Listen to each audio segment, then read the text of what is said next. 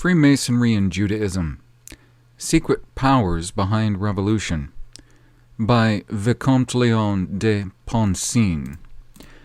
Narrator's preface to the second part. One of the greatest, most damaging errors of our time, and for a very long time now, has been the conflation of the Jew with the Shemite, or Semite-Semitic, the Hebrew, the Israelite, or the Judahite. Modern academics of all stripes and from various camps have done the whole world the greatest disservice in perpetuating such a monumental error. De Poncins, in this respect, is no different than the overwhelming majority of his colleagues. One overarching fact all listeners must embrace and wrestle with is that the Jew has no empirical proof of his claim to a genealogical link to the chosen people of Yahweh, or the God of the Bible. This ought to strike everyone as highly abnormal, especially those like de Poncins himself, which so closely understand the extent of the Jews' reach. They have, for at least a very long time, had, in the very least, full access to the most intimate state records of virtually all empires, and yet no conclusive proof of their direct genetic link to Judah, Israel, the Hebrews, the Semite, or Abraham via Jacob and Isaac specifically. How could this be? Such scanty and questionable linking sources from them to Israel, and with them having at their command for such a very long time state secrets the likes of facts beyond our comprehension. I submit it is the same reason no photos of the stars were ever released from the surface of the moon or the proposed Apollo flights. To release fake photos with the stars in them would be a death blow to the massively expensive, enormously deceiving hoax known as man going to the moon. Too many various authentic and semi-authentic documents already exist that cannot be muted. This means that, like fakes of the stars, chronologists would smell the rat before long, and the jig would be up. This all being besides the fact that the Jews also do not bear the markings of the characteristics of the Israel prophesied in the Bible to someday be, the Israel that Yahweh's laws written upon their hearts. This is not the Jew, the Israel who would be multiplied as the sand on the seashore. This is not the Jew, the Israel who would suffer for disobedience to Yahweh's law.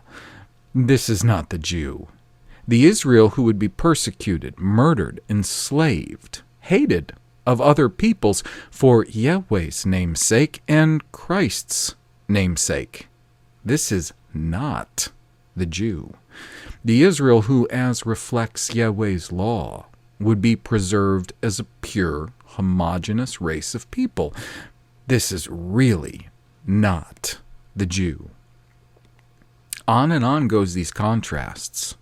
Why and how de Poncins, Mullins, Rosenberg, Ford, Luther, Bjerknes, Reed, D'Olivet, Jones, Giuliani, and more names than can be named, can miss these things only serves to illustrate either their lack of clear thinking on this very imperative subject, or bias and ignorance of the Old Testament, or worse indeed. Either way, the Jews' lack of any evidence whatsoever to the true people of Yahweh is one of the greatest issues of our days, and should never be taken lightly, nor should it be allowed to pass by without remark. Therefore, here onward, the terms Israel, Judah, or Hebrew, when erroneously applied to the Jew, will be replaced with either just Jew or faux Israel, faux Hebrew, faux Judah, and so forth. Semite will be replaced with assumed Semite, anti-Semitism with anti-Jewism, and all other terms and allusions equating the Jew, the mortal enemy of the God of the Bible, his creation, and his covenant people, with the sons of Abraham, will be altered to suit these errors. For the record, these corrections are entirely biblical. Unfortunately, all the aforementioned authors and the vast majority of those unnamed pay no attention to the fact that we were warned twice in the book of Revelation that there would be people claiming to be Judah or Judah, but are liars, slanderers, and the synagogue of Satan. That's Revelation 2:9 and 3:9. That being said, I now continue the reading. Thank you. The causes of general hostility between Jews and non-Jews. The Jews have always been the object of general hostility on the part of peoples among whom they lived. Are they then the victims, as they pretend, or oppressors? As Bernard Lazare, one of themselves, says clearly, if this hostility, even aversion, had only been shown towards the Jews at one period and in one country, it would be easy to unravel the limited causes of this anger, but this race has been, on the contrary, an object of hatred to all the peoples among whom it has established itself. It must be therefore, since the enemies of the Jews belonged to the most diverse races, since they lived in countries very distant from each other, since they were ruled by very different laws, governed by opposite principles, since they had neither the same morals nor the same customs, since they were animated by unlike dispositions which did not permit them to judge of anything in the same way, it must be therefore that the general cause of anti-Jewism has always resided in faux Israel itself, and not in those who have fought against faux Israel. The reasons of this antipathy have been exposed many times, and may be summed up in the three following groups. The Jews everywhere and always have been strangers, parasites, and revolutionaries. Moreover, during the Middle Ages, they were regarded as the putters to death of Christ. The accusation of putting Christ to death, having with the weakening of Christianity lost its vigor, we only mention it without commentary. They are strangers, unsociable, and not to be assimilated because they are exclusive and intolerant. What virtues and what vices brought upon the Jew this universal enmity? Why was he in turn equally maltreated and hated by the Alexandrians and the Romans, by the Persians and the Arabs, by the Turks and by the Christian nations? Because everywhere and up to the present day the Jew was an unsociable being. Why was he unsociable? Because he was exclusive, and his exclusiveness was at the same time political and religious, or in other words, he kept to his political religious cult and his law. To his unsociability, the Jew added exclusiveness. Without the law, without faux Israel to practice it, the world would not exist. God would make it return again into a state of nothing, and the world will not know happiness until it is subjected to the universal empire of that law, that is to say, to the empire of the Jews. In consequence, the Jewish people is the people supposedly chosen by God as the trustee of his wishes and desires. It is the only one with which the divinity has made a pact. It is the elected of the Lord. Faux Israel is the favorite son of the Eternal, the one who alone has the right to his love, to his benevolence, to his special protection, and other men are placed beneath the faux Hebrew. They have only the right through pity to the divine bounty, since the souls of the Jews alone descend from the first man. The possessions entrusted to the nations belong in reality to faux Israel, and we see Jesus himself reply to the Greek woman, "It is not right to cast the bread of the children to the dogs." This faith in their predestination, in their election, developed in the Jews an immense pride.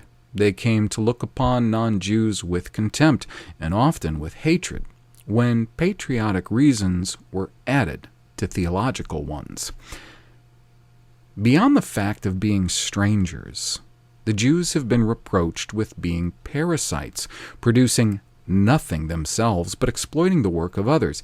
It is unnecessary to return to this subject which we have treated in the chapter, Jews and Economic Life. Let us pass, therefore, to the third complaint. The Jews are revolutionaries. They have always been so, and there are numerous examples which we have quoted of their activity in socialism being to the support of this assertion in alarming confirmation. Their revolutionary tendencies assume today two phases. On the one hand, they are rebels fighting against all authority, and on the other, they are revolutionaries in the present meaning of the word. That is to say, they are the best supporters of the principles of 1789, and socialism is to a great extent one of their creations. They were always malcontents. I did not mean to suggest by that they have been simply fault-finders and systematic opponents of all government, but the state of things did not satisfy them. They were perpetually restless in the expectation of a better state which they never found realized. Their ideal was not one of those which is satisfied with hope. They had not placed it high enough for that. They could not lull their ambition with dreams and visions. They believed in their right to demand immediate satisfactions instead of distant promises.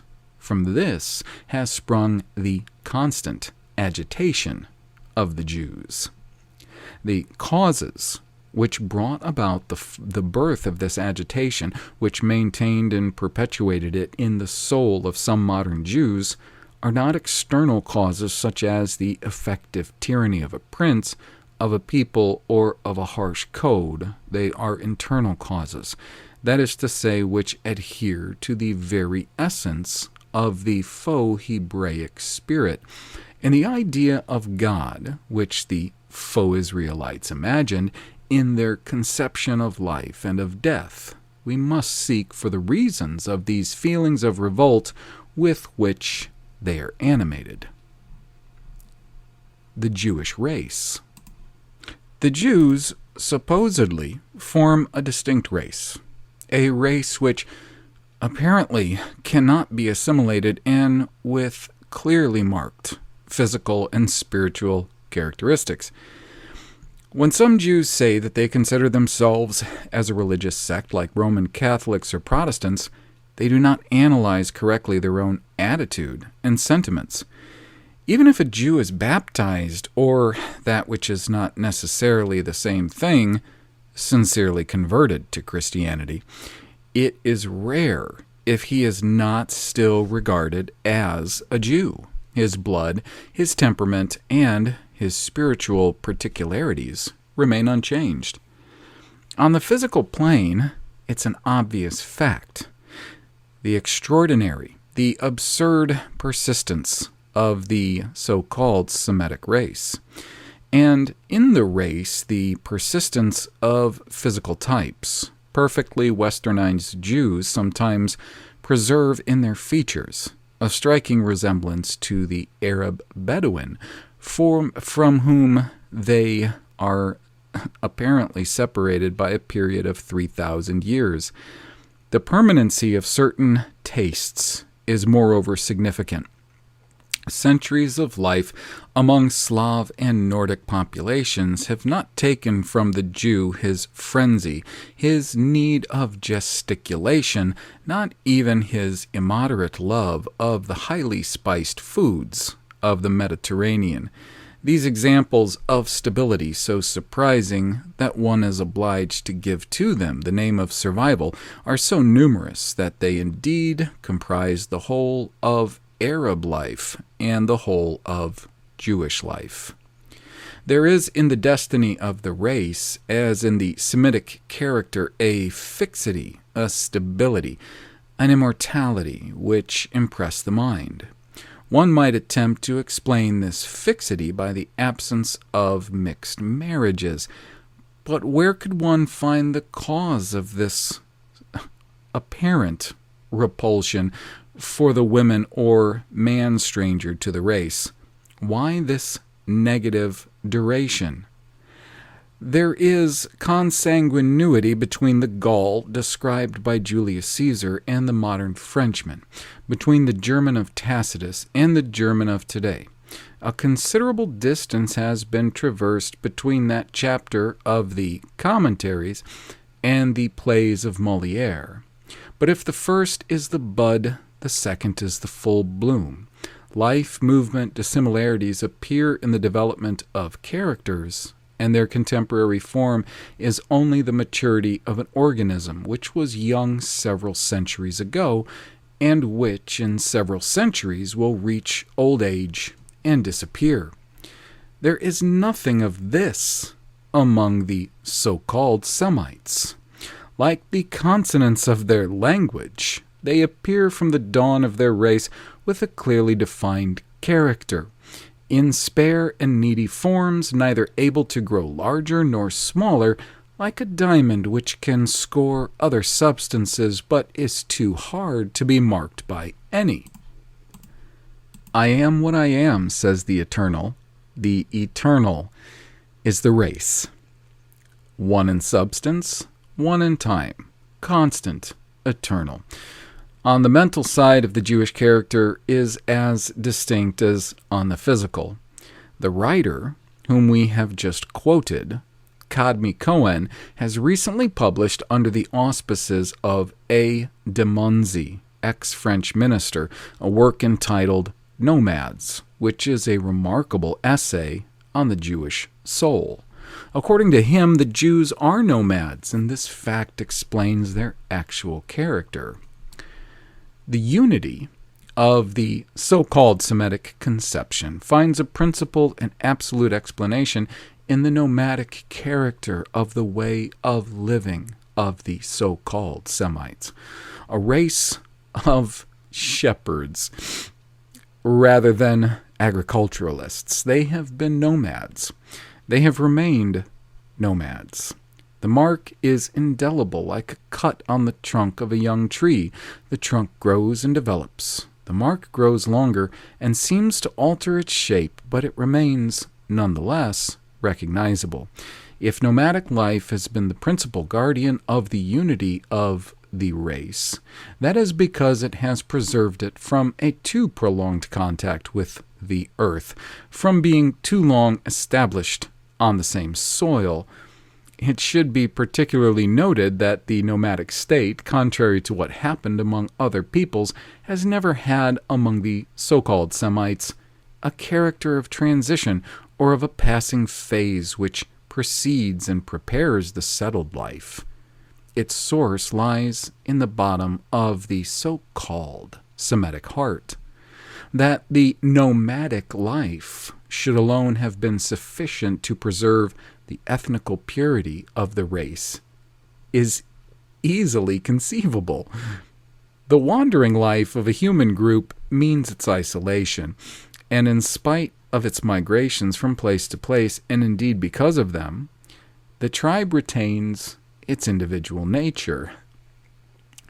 Thus the blood which runs in its veins has kept its original purity, and the passage of centuries will only serve to strengthen the importance of the race. It is definitively the predominance of the jus sanguinis over the jus soli.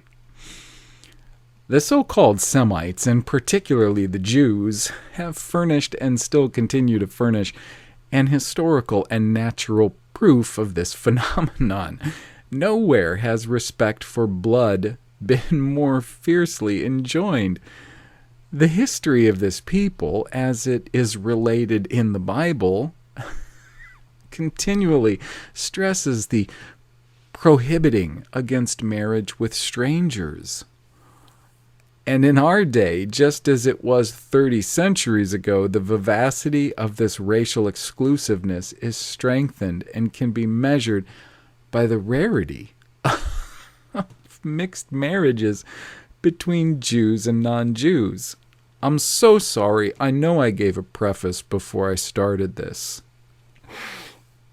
But this is, I can't help but laugh in the absurdity of this, because anyone familiar with his people know that even though they are extremely exclusive and they do make their identity as a so-called Jew very central in everything they do in their lives and all, they are absolutely by no means close to, let's just say, the purest genetic people. They're actually probably easily the most impure genetic people that exist. They've had no qualms about interbreeding with literally every people in every place they've traveled, every slave race that they've held, and they have held for millennia various different slaves of various different peoples. They have no compunction whatsoever about interbreeding and then inserting those crossbred peoples within the purer people nations and subverting them in that way. What de Poncins is saying is utterly absurd.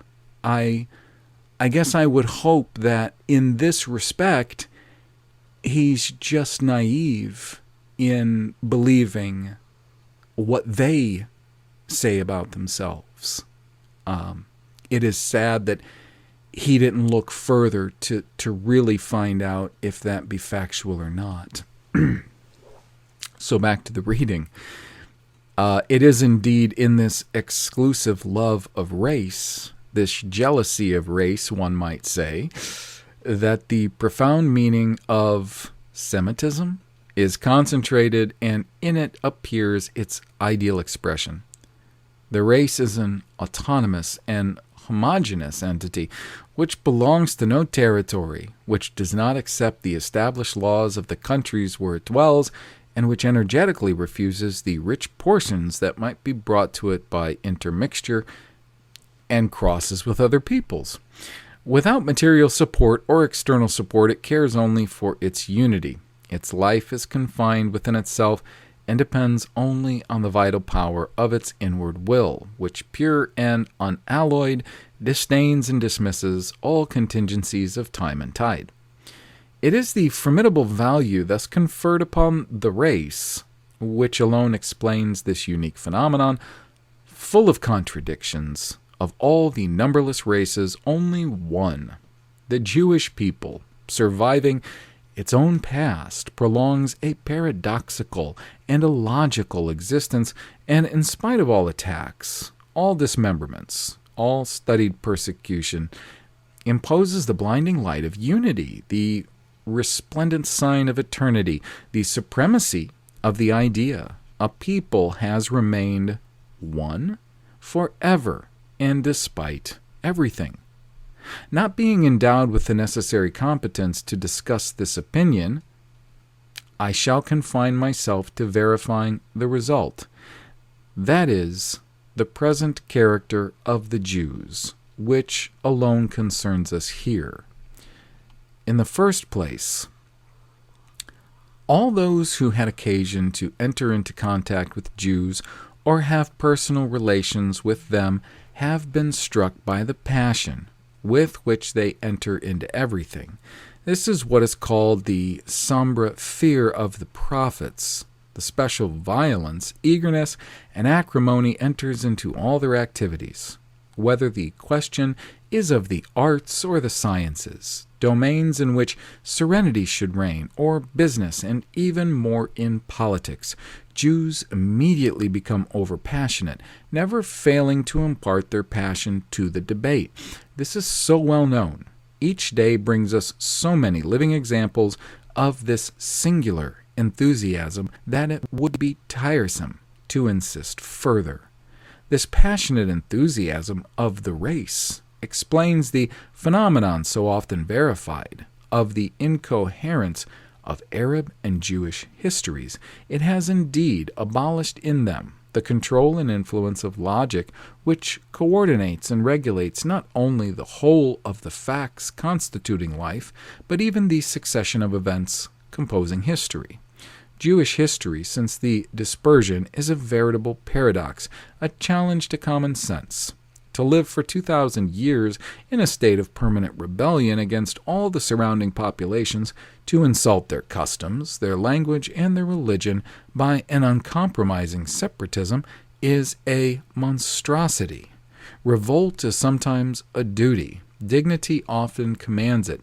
But to accept it as a definite state, when it is so easy to allow oneself to become absorbed and thus avoid contempt, hatred, and the opprobrium of 20 centuries, is not to reason properly.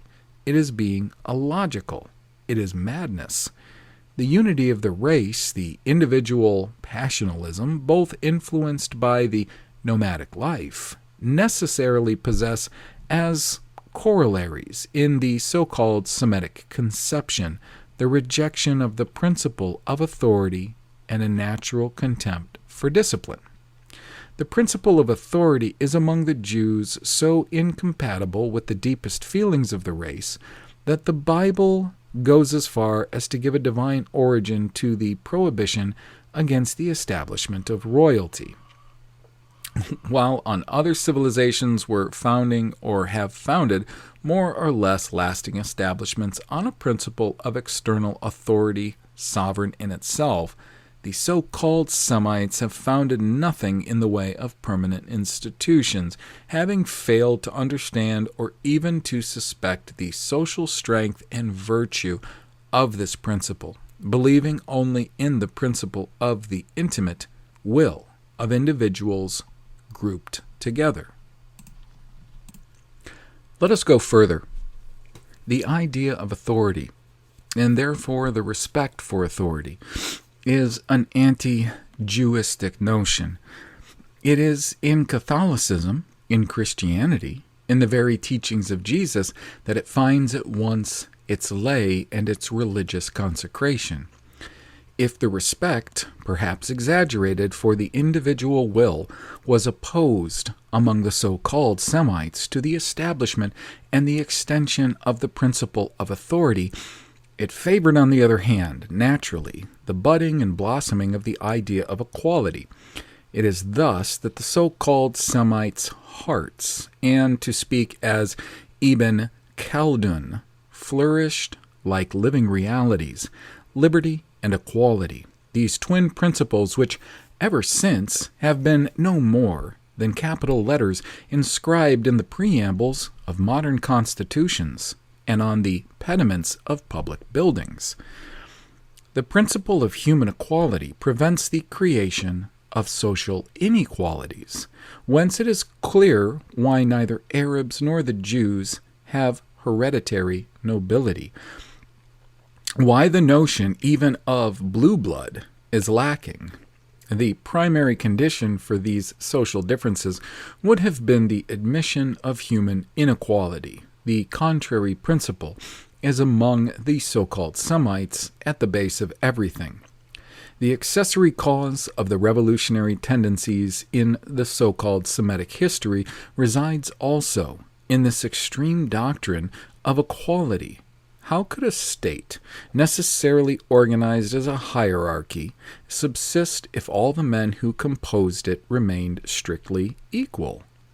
What strikes us indeed in so-called Semitic history is the almost total lack of organized and lasting states, endowed with all qualities necessary to form politically a nation and a state. Neither Jews nor Arabs have known how to build up a definite form of government. The whole political history of these two peoples is deeply impregnated with indiscipline.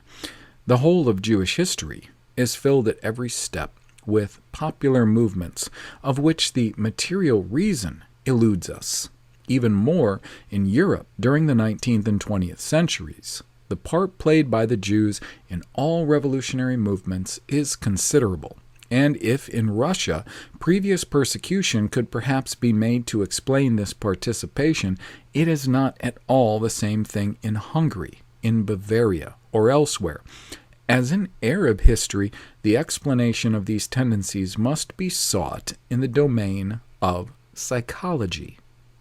A very lively sense of equality is then clearly one of the most characteristic aspects of the so-called Semitic soul.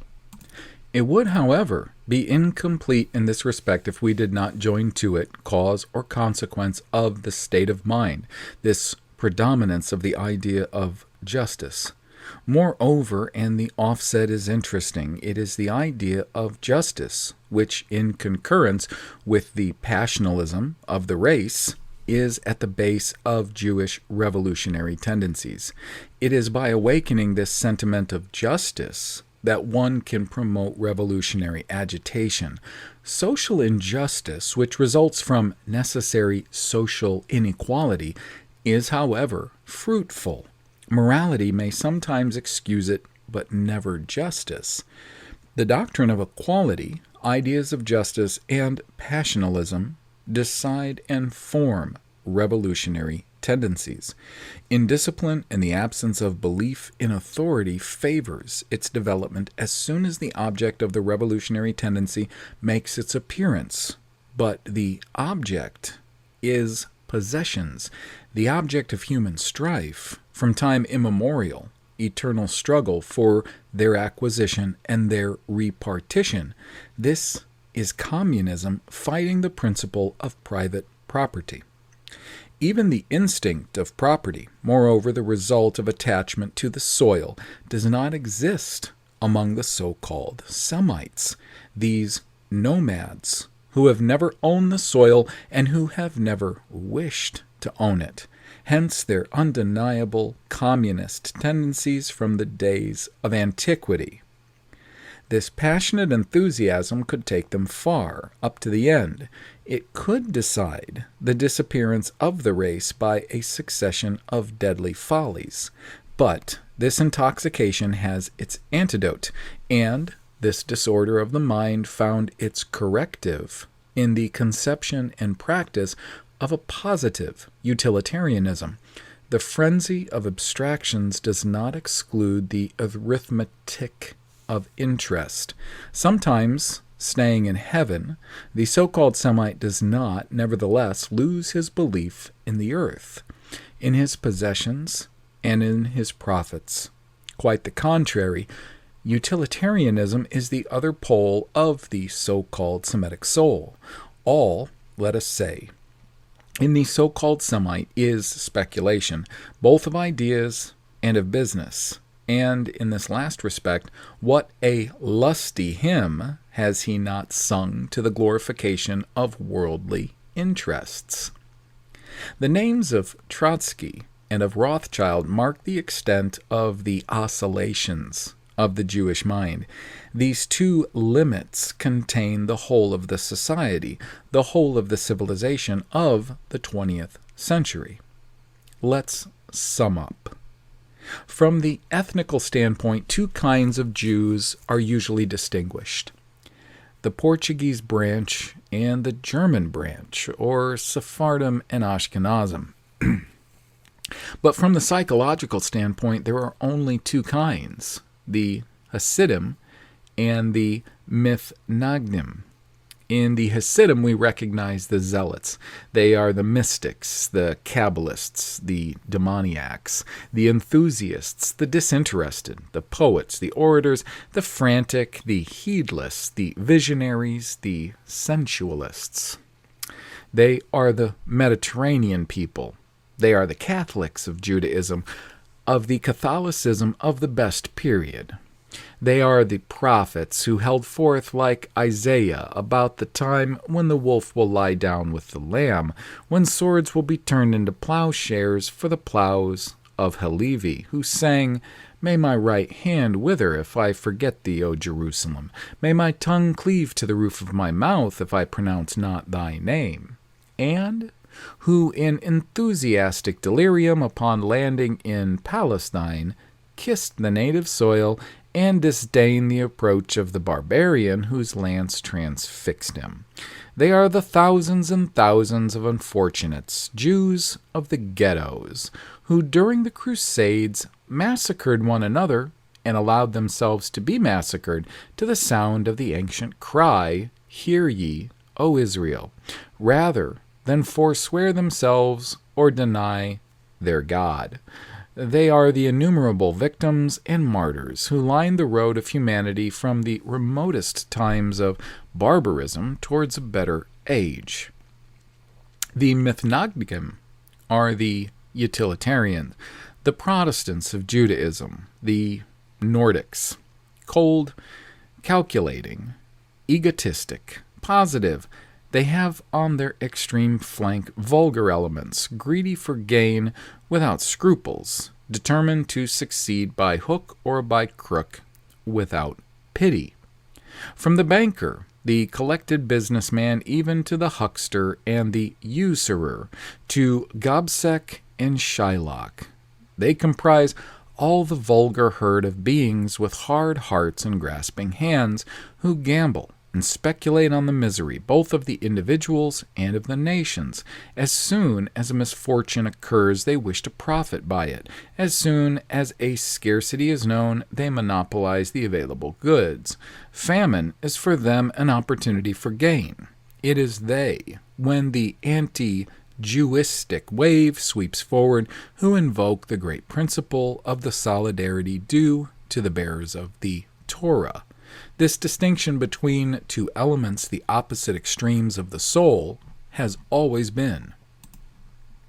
Most of that preceding chapter was quoted from writings of Cadmi Cohen. One thing to keep in mind concerning the constancy of the theme of the Jew being a nomad and a wanderer, there really was only one people recorded in the Bible who were destined, cursed, to be nomads and wanderers, and that is the sons of Cain. And now on to the Jewish religion. The study of the race must be added that of the religion, for in Judaism the two ideas are inseparable. Judaism presents a unique phenomenon in the annals of the world and an indissoluble alliance of an intimate alloy of a close combination of the religious and national principles. There is not only an ethical difference between Judaism and all other contemporary religions, but also a difference in kind and nature, a fundamental contradiction. We are not face to face with a national religion, but with a religious nationality. The idea of God, the image of God, such as it is reflected in the Bible, goes through three distinct phases. The first stage is the higher being, thirsty for blood, jealous, terrible, warlike. The intercourse between the faux Hebrew and his faux God is that of an inferior with a superior whom he fears and seeks to appease. In the second phase, the conditions are becoming more equal. The pact concluded between God and Abraham develops its consequences, and the intercourse becomes, so to speak, according to stipulation. In the Talmudic Haggadah, the patriarchs enlarge in controversies and judicial arguments with the Lord. The Torah and the Bible enter into these debates, and their intervention is preponderant. God, pleading against faux Israel, sometimes loses the lawsuit. The equality of the contracting parties is asserted. Finally, in the third phase of the subjectively divine character of God is lost. God becomes a kind of fictitious being. These very legends, one of which we have just quoted, for those who know the keen minds of their authors, give the impression that they, like their readers or their listeners, look upon God in the manner of a fictitious being and divinity at heart, from the angle of a personification, of a symbol of the race. This religion has a code, the Talmud. The Talmud. The Talmud is a code of Jewish religious and social laws, the progressive deformation of the ancient Mosaic law, long since forsaken. In course of time, and from contact with external influences such as the religious doctrines of the Chaldeans, the priests who held in their hands the spiritual guidance of faux Israel, and especially the Pharisees, transformed little by little the law of Moses. Among others, the preachings of a whole line of prophets to the effect that Israel is the people chosen by God became transformed into the conviction that Israel is the God-like people, and the promise of the rule of Jehovah changed itself into the idea of the domination of the world for the benefit of the Jews. The assumed Pharisees have always transmitted their teaching by word of mouth. One of the most remarkable of them, Judah the Holy, codified it by writing about 190 A.D. The Mishnah, which, with its annex, the Gemara, composed in the 5th century by the Rabbi Yochanan, formed the Talmud of Jerusalem.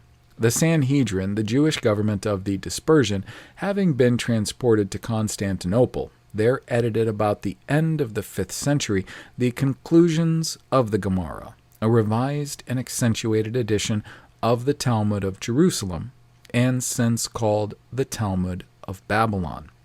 It was printed for the first time at Venice by Daniel Bomberg from 1520 to 1531, and around, moreover, a general indignation in the Catholic world. The Talmud is very long and confused. Consequently, a learned rabbi, Joseph Caro, composed at the beginning of the year 1500 a revised, abridged, and clear edition called Shulchan Aruch, and the reputation and authority of this work have remained unchanged. It has become par excellence the Judaic code for Jews of all countries. The Sefer HaZohar, a book of splendor, contains the Jewish mysticism and Gnosticism. It is the modern expression of the Kabbalah. When we speak of the Jewish religion, we only think of the Bible, of the religion of Moses. That is an illusion. The Jews of the Middle Ages were Talmudists. They have not all ceased to be so. Even today, the Talmud takes precedence in authority over the Bible. The archived Israelites recognize the absolute authority of the Talmud over the Bible, and the universe Israelite says, during 2,000 years, the Talmud has been and still is an object of veneration for the faux Israelites, of whom it is the religious code. The religion creates men of business and revolutionaries because it is essentially worldly, exclusive, and messianic.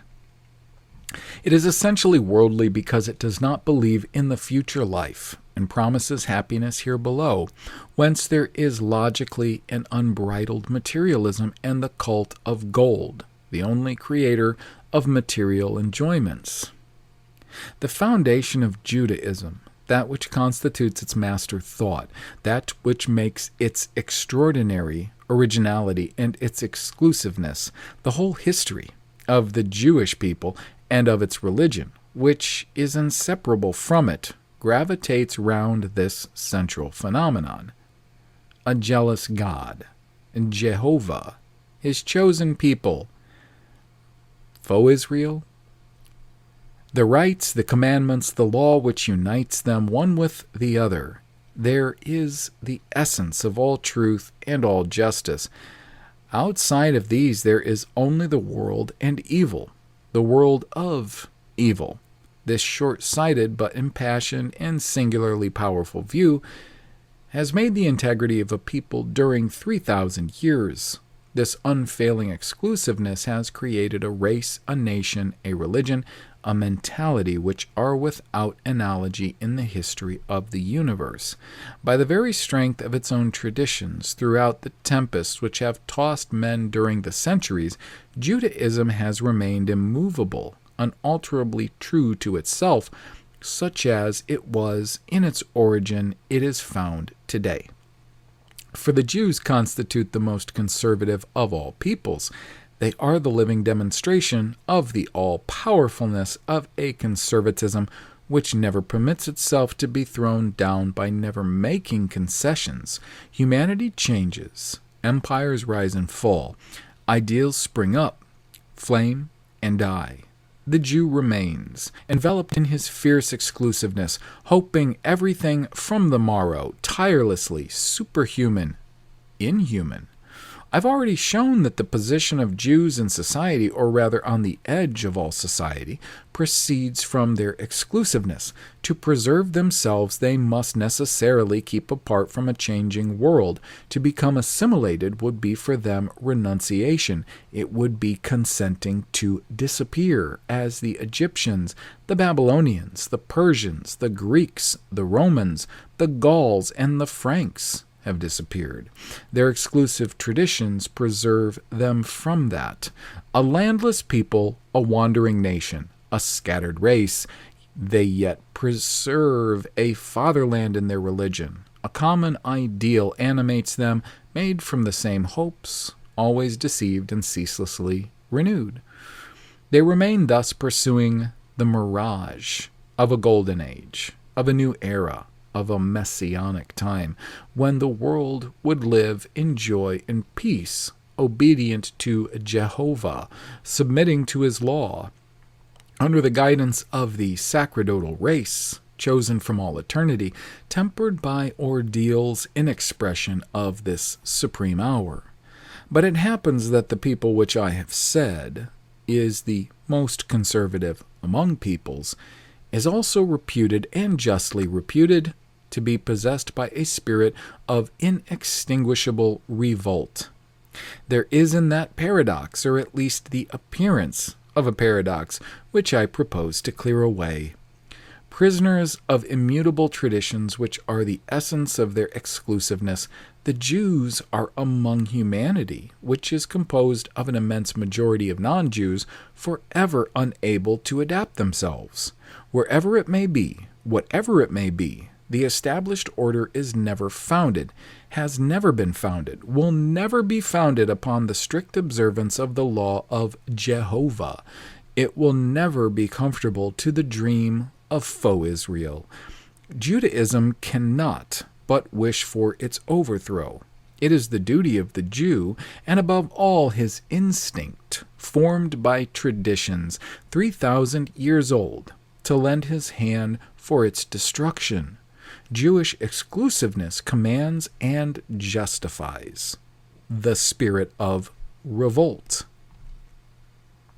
To this exclusiveness is added the messianic doctrine, which is largely derived from it. Jehovah promises men happiness on earth by liberty, equality, justice. And, a capital point, the Jews believe that it is their mission to establish this age of happiness here below, the messianic dream which makes them rebels in their very essence. Without the law, without faux Israel to practice it, the world would not exist. God would make it enter once more into nothingness, and the world would not know happiness until it is subjected to the universal empire of that law, that is to say, to the dominion of the Jews. Consequently, the Jewish people is the people chosen by God as the trustee of his wishes and desires. It is the only one with which the divinity has made a pact. It is the elected of the Lord. Israel is placed under the very eye of Jehovah. He is the favorite son of the Eternal, he who has the right to his benevolence, to his special protection, and other men are placed beneath the faux Hebrews. They have only the right through pity to divine bounty, since alone the souls of the Jews descend from the first man. This happiness will be realized through liberty, equality, and justice.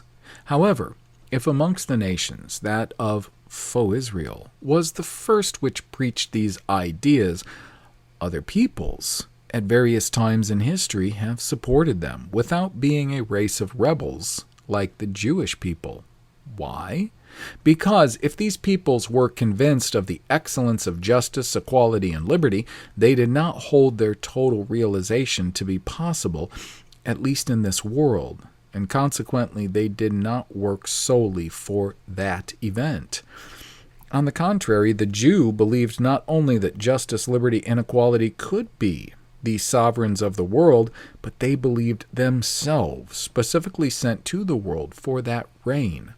All the desires, all the hopes which with these ideas gave birth to, ended by crystallizing round one central idea, that of the Messianic time, of the coming of the Messiah, who was to be sent by Jehovah to enthrone the power of the earthly kingdoms. As for the final result of the Messianic revolution, it will always be the same. God will overthrow the nations, and the kings will cause faux Israel and its king to triumph.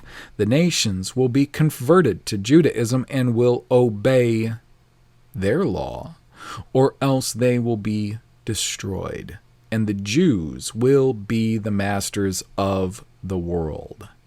Whatever may be said, contemporary events again show the close parentage which unites Judaism with the spirit of revolt.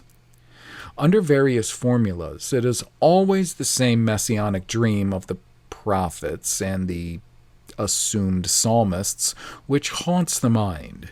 Internationalism may be only an enlarged nationalism, a veritable ideological imperialism which dreams of placing in tutelage the nations brought under the ideal of justice, obstinate and exclusive, which was that of Israel during the ages and which has tormented the world for 2,000 years. Setting aside human limitations, diversities, and imperfections, despising the necessities of life and all traditions outside its own, the messianic passion, shaken by the spirit of revolt as by the blast of a tempest, passes over the world, laying waste all in its path.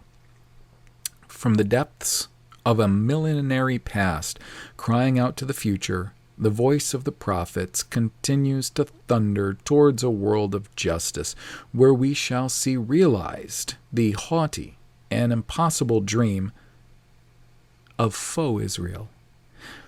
This race on which religion has impressed antisocial tendencies, it is organized with recognized chiefs whose authority extends over all the Jewish groups in the world. Jewish organizations. There is no doubt that the Jews possess a well-disciplined organization. It is almost impossible for a non-Jew to penetrate the secret details, but its external manifestations show a hidden authority and power which are undeniable. Thus, during a visit to Jerusalem, one of them, Chaim Weizmann, had said, speaking to the British authorities, "We shall have Palestine, whether you wish it or not. You can hasten our arrival or retard it, but it would be better for you to help us, for unless you do so, our constructive power will be transformed into a destructive power, which will overturn the world. About the same period, in the United States, a Jew, B. M. Baruch, said to a committee of inquiry of the American Congress, "I have probably had more power than any other man has had during the war." And some have added, he might have said, "We Jews had more power than you Americans had during the war," and it would have been true.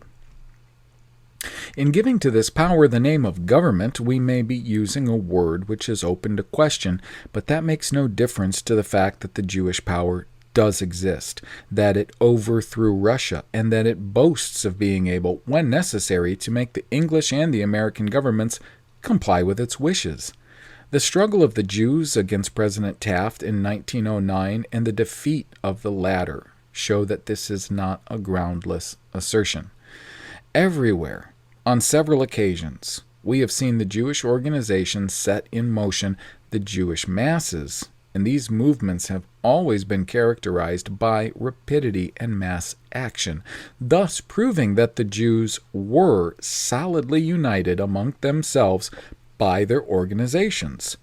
The chief Jewish organizations, more or less hidden, but nevertheless known with certainty, are the Kehillas, and affiliated bodies such as the Jewish Committee of America, the Alliance Israelite Universelle, the Universal Order of B'nai B'rith, and the Poel Zion. Are there other organizations more occult than these? We do not know. It is nearly certain that perquisitions at the centers of the above-mentioned organizations would produce some interesting discoveries, but it is even more certain that no present government would dare to undertake them. The Kahal, or Kehillah. Sources and bibliography. The book on the Kehil by Brafman is the chief and even the only source of our information. More than the Talmud and the Shulchan Aruch, and generally speaking, the doctrinal works of the Jews, the acts of the Kehillah are enveloped in mystery. They must remain secret, and woe to him who dares to reveal them. He exposes himself to anathema, excommunications, and often death. However, J. Brafman had this audacity. Of Russian nationality and Jewish origin, he became converted to Christianity at 34 years old. He had long studied the social organizations of the Jews in Russia, and in 1858 he had presented to the Tsar a memorandum on this subject. Having succeeded in being able to consult a considerable number of these acts of the Kehil, he became thoroughly informed, and in 1870 published at Vilna in Russian his book on the Kehil. The impression produced was such that the government proposed to intervene against this occult jurisdiction of the Jews, but the Jews acted as they are wont to do in such circumstances.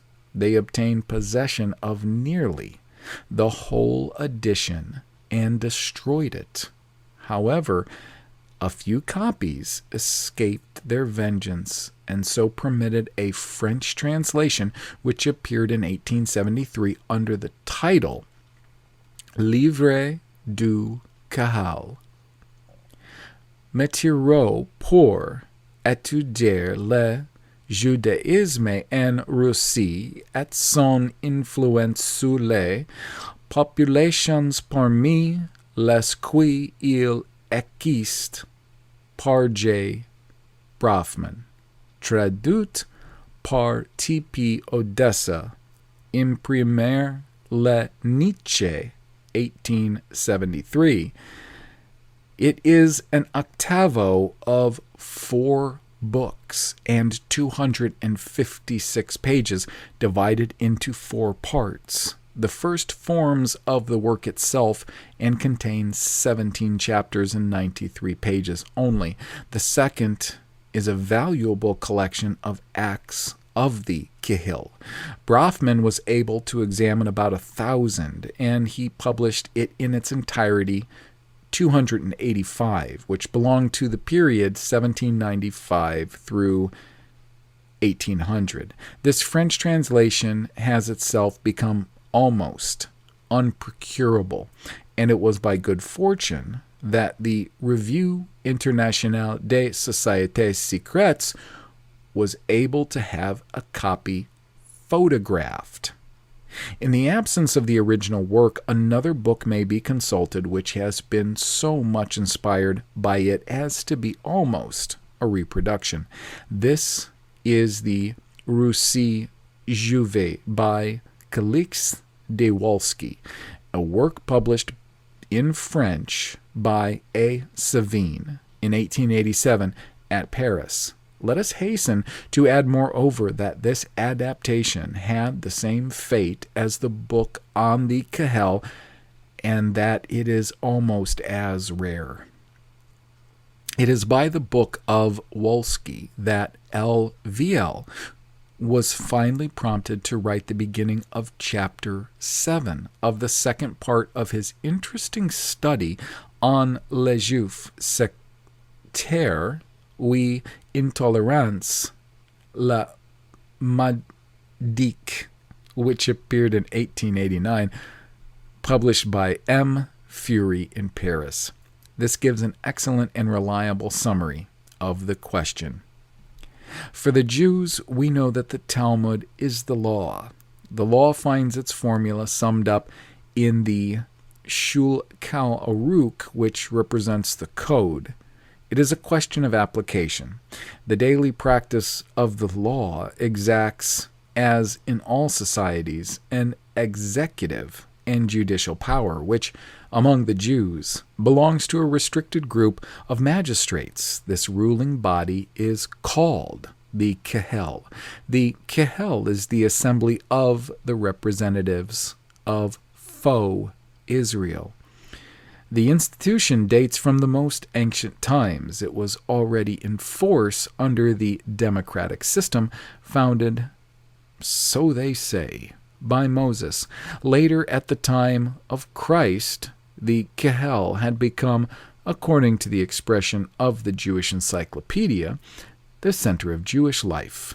Under the form of the Sanhedrin, it was the Kahal which dealt with affairs of the state, not only from the religious and judicial points of view, but also in administrative and legislative questions.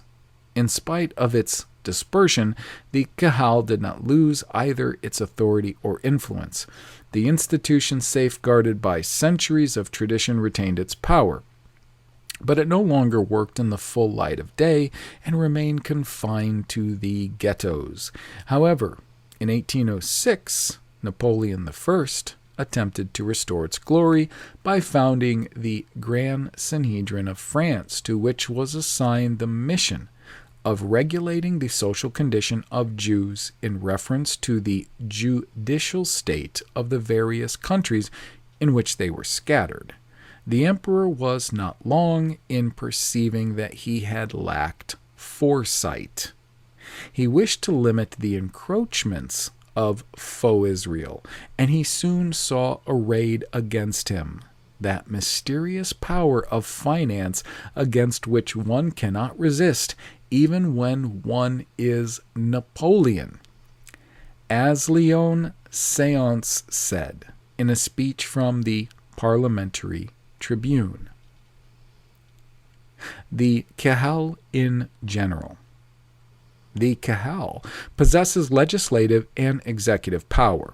The Beth Dink is the tribunal which assures respect for the administrative acts. Thus, the Beth Din, although it represents the survival of the ancient Sanhedrin, is only the annex and complement of the Kahal.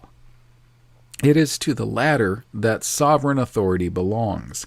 Every Kahal, whatever its importance, comprises two kinds of members, the magistrates and dignitaries, that is to say, the Kahal itself and the subordinate staff. The dignitaries constitute the Grand Council and enjoy a sovereign authority over the Jewish community of the region. The Kahal is the regulator of Jewish life. Its role is, in fact, in each district to take up the defense of the community. It deliberates and ordains in the situations created by events and decides what measures should be taken. Thus, it enters into daily life of every Jew whom it directs to some extent in all circumstances. It regulates religious, civil, and commercial questions, the social hierarchy, etc. This discipline which the Kahal imposes on all members of the community is compensated by the care which it takes to protect their interests. This ever-wakeful solicitude helps us to understand Jewish exclusiveness, of which it is a manifestation. The vigilance of the Kahal in practical affairs is the complement of the anxiety which the rabbis showed throughout the ages to maintain the Judaic law above the nations. Faux Israel refuses to be incorporated in the peoples which give it hospitality. It only accepts such of their customs as harmonize with its own tendencies. For the rest, it stands on guard not to allow the prerogatives which it has given to itself in the course of centuries to be encroached upon. The Kahal is ceaselessly vigilant so that positions once gained should never be abandoned and that advantages obtained should be perpetuated, in spite of attempts which are made to reduce them to naught. The Beth Din or Beth Din or Beth Dine. The attributes of the Kahal are of an administrative order. They concern above all the interests of the community. If it is a question of a lawsuit, of litigation, of a crime, in a word, of a judicial or disciplinary matter, it is the Beth Din which deals with it. The Beth Din, as we have already recalled, corresponds to the Sanhedrin of ancient times. Today, however, it no longer possesses the independence which it formerly claimed. It depends on the Kahal, of which it represents only the judiciary section. It is to this tribunal that the faux Israelites, they have recourse rather than to the courts of the country in which they reside. The penalties pronounced by the Beth Din are of various degrees. They consist above all in fines and material punishments. In grave cases, anathema is pronounced against the delinquent. This technical information is confirmed by a documented study of the Kahal of New York, which appeared in the International Jew.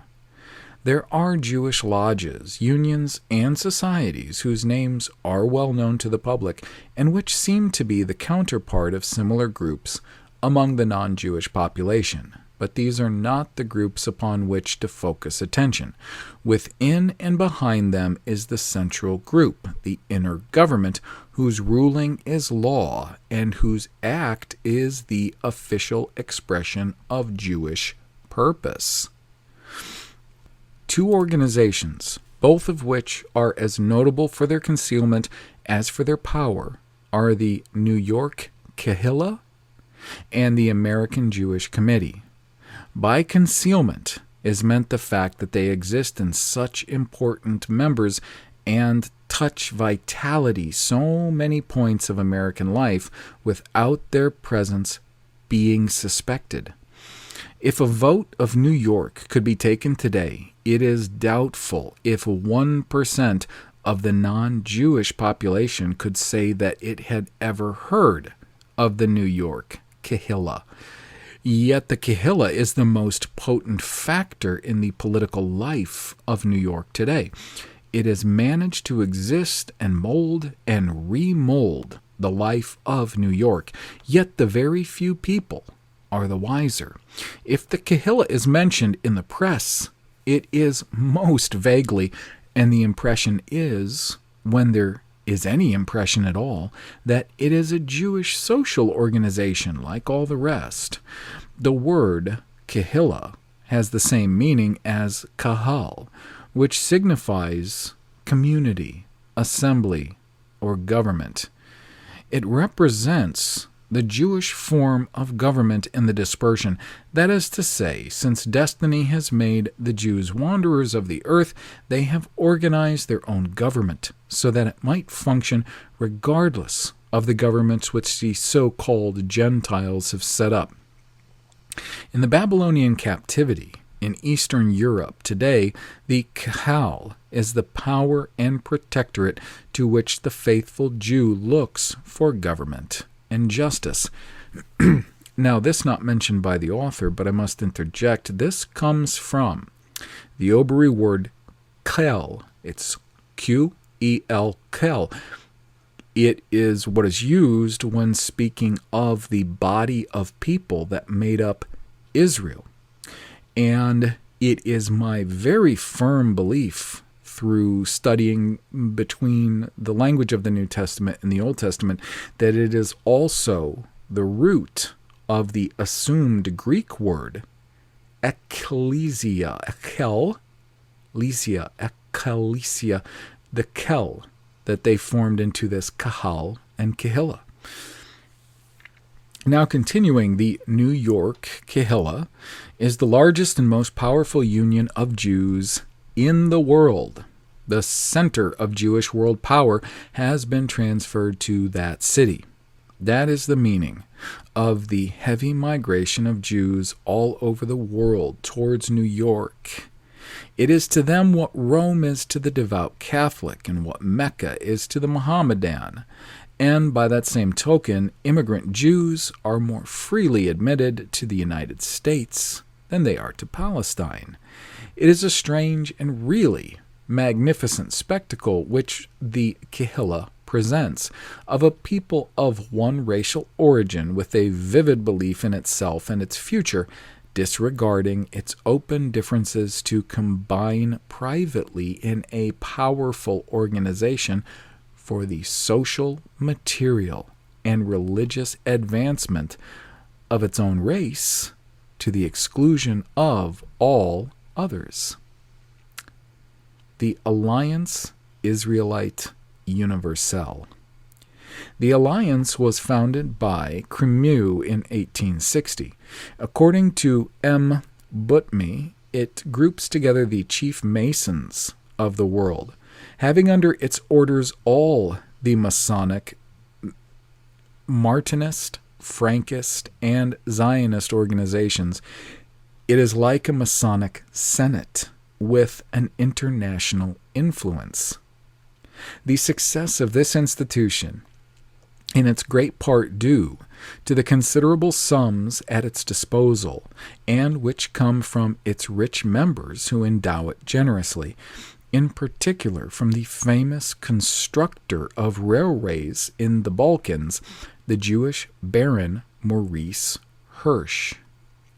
The Alliance Israelite has worldwide influence, and to it is largely due the present League of Nations, which is the Jewish realization of an idea perused and demanded by them with insistence.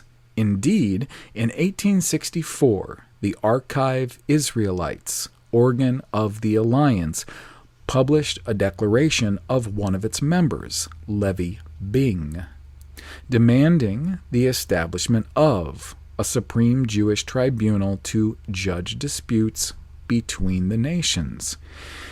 If little by little, said he, personal vengeance has disappeared, if it is no longer allowed to do justice oneself, but rather to turn to judgments generally accepted and disinterested in the litigation, it is not natural, necessary, and far more important to see shortly another tribunal, a supreme tribunal, vested with power to judge great public contentions, complaints between nations, giving final judgment, and whose world would be law. And that word is the word of God, pronounced by its eldest sons, the faux Hebrews, and before which all nations would bow with respect. That is to say, the universality of men, our brothers, our friends, our disciples. The B'nai B'rith. The order of the B'nai B'rith is an order of international Freemasonry, reserved exclusively for Jews. They demand to be admitted into all societies, but they nevertheless prohibit non-Jews from entering theirs. It was founded in New York in 1843, but at present its headquarters are at Chicago. It divides the world into 11 districts, of which 7 are in the United States. The number of its lodges is about 500, with nearly 100,000 adherents. The 4 members of its exclusive committee who do not live in the United States are respectively at Berlin, Vienna, Bucharest, and Constantinople. There are lodges throughout the world. The names of the directors, at least those who are known, are the same as are to be found in all the great Jewish organizations, the same names which crop up again and again. Nobody has cast doubt on the importance of the B'nai B'rith. When in 1909 the United States government denounced the commercial treaty with Russia, President Taft, putting the interest of his country before Jewish interests, at first resolutely opposed this rupture, but without success, for he was speedily vanquished. In order to show clearly that this sacrifice was mainly due to the B'nai B'rith, the president presented it with the pen which had served to notify Russia of the denunciation of the treaty. There is, moreover, no candidate for the presidency of the great American Republic who does not court the friendship of this order. According to well-informed sources, there is in the B'nai B'rith a superposition of secret societies ending in a single government power. Above the B'nai B'rith are the B'nai Moshe, then the B'nai Zion, and finally the hidden center of supreme command. I can only mention it without proof. The Poal Zion. Here is what a Jew says on the subject. The Poal Zion societies have assigned to the Jewish proletariats the final aim of creating a Jewish socialist state in Palestine. The following are some extracts from the program of the party. Poal Zion works for the creation of a political and national center in Palestine. It extols an active struggle against the existing social order. Poal Zion adopts the program of the International Socialist Party, with which it tends to the abolition of capitalist society and to the establishment of a socialist state. The party considers the establishment of a national and political center in Palestine an essential condition for the existence and normal development of the Jewish people. Poal Zionism pursues its task in Russia, Austria, Palestine, and elsewhere. At the present time, it appears as the only international proletarian Jewish party. One of its fractions adheres to the Communist Internationale, the other to the Socialist Internationale. Another party, the Bund, or Union of Jewish Workmen of Lithuania, Poland, and Russia, had a similar program but wished to see it realized in Russia and not in Palestine. The role of these parties in Russia and Palestine before the Great War had been considerable. Actually, the Bund considering that its program had been realized in Russia, has become merged in the Communist and Menshevist parties of the USSR. It does not seem an exaggeration to say that the Jews form a nation among the nations with powerful international organizations, of which some are secret.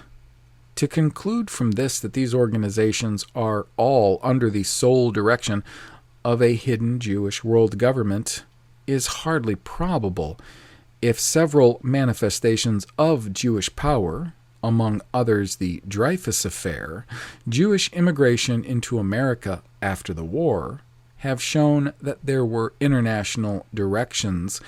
On the other hand, there are often in the bosom of Judaism violent disagreements. I do not believe, moreover, that a sole central director is needed to explain the unity of action of Judaism. The religious exclusiveness, the solidarity of the race, the community of mind and of interest are amply sufficient. It is the revolutionary and messianic aspirations of a whole people rather than a conspiracy rightly so called. This tendency is thus summed up by Bernard Lazare. The Jew is antisocial in a state based on Christian, or rather religious, principles, but has society any other base? The Jewish plan of action. Have the Jewish organizations a general plan of action serving Jewish interests to the detriment of others? If they have, what is it? It is difficult to know the exact program of Jewish activity, but we are able to know its general line of conduct by observing the import of Jewish activity in the world and by studying the documents which we possess. We have seen in the first part of our study of Judaism the meaning of its external activity. Let us now examine some documents. One of them had, after the war, an enormous and resounding publicity, the Protocols of the Elders of Zion. Published for the first time in Russia by Serge Nilus in 1901, then about the same period by G. Butmi. A copy was deposited in the British Museum in London on the 10th of August, 1906. This strange document at first passed unnoticed and was considered to be the work of a disordered brain, of a visionary. But when the war and Bolshevism had brought about the realization of that which was announced in the protocols, these latter, in spite of many kinds of obstructions, found their way all over the world. They are an exposition of the plan of world action of Judaism, a plan which is believed to have been stolen during a secret Zionist conference somewhere in Switzerland about 1897. Here are the main lines. 1. There is and has been for centuries a secret political international organization of the Jews. 2. The spirit of this organization appears to be a traditional and eternal hatred of Christianity and a titanic ambition to dominate the world. 3. The aim pursued throughout the ages is the destruction of national states and the substitution in their place of an international Jewish domination. 4. The method employed at first to weaken and then to destroy the existing political bodies consists in inoculating in them destructive political ideas. These ideas are summed up in the revolutionary principles of 1789. Jewry remains sheltered from these corrosive ideas. We preach liberalism to the Gentiles, but on the other hand, we maintain absolute discipline in our nation. These ideas are inculcated through the school, Freemasonry, the press, the theater, etc.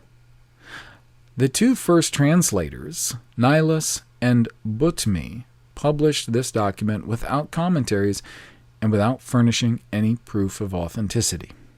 Its success is due to its being clear and drawn up with dispassionate logic, to its giving an explanation of world chaos, and to the fact that the events predicted have come to pass. Controversy has raged round the protocols. If its defenders have not been able to prove its authenticity, its adversaries have been even less able to refute them. We may thus conclude with the English historian Webster. The truth is then that the protocols have never been disproved, and that the futility of the so-called refutations which have been published, as well as the fact of their temporary suppression, have done more to convince the public of their authenticity than all the anti-Jewish writings on the subject put together. The protocols, therefore, continue to be a disturbing document, but since they cannot be regarded as having a proper historical origin, we shall leave them entirely aside. There are sufficient, indisputable documents to show the line of action of Judaism without having recourse to the protocols. If we consult Jewish literature, we ascertain that it is difficult to open the book of any writer, whether historian, sociologist, statesman, or man of letters, without finding in it this idea of world hegemony which haunts the minds of the so-called chosen people and impregnates their thoughts and their acts. All agree upon the principle, only the form of this hegemony differs according to individuality. Some conceive it as material, some as spiritual, others, and they are perhaps the most numerous, conceive it as both spiritual and material. Let us quote, among others, Herzl, Asher Ginsberg, Alfred Nossig, Bernard Lazare, to take only the names of a few of the best known and most important among them. As Jean Max says, speaking of the last named, nearly 30 years ago, in his extremely powerful book, which in spite of his aim is more anti-Jewish than the most violent writings of anti-Jewistic the world over, because his book is true, Bernard Lazare duly warned us of the Jewish dream of universal domination. How right Daniel Lippmann is when he says that these plans are not chimerical. Bernard Lazare said, "An energetic, lively, and extremely haughty people, considering itself superior to all other nations, the Jewish race wished to be a power. It had an instinctive taste for domination, since by its origin and by its religion, by its quality of a chosen people which it had always attributed to itself, it believed itself placed above all others. To exercise this sort of authority, the Jews had not a choice of means. Gold gave them a power which all political and religious laws refused them, and it was the only power which they could hope for.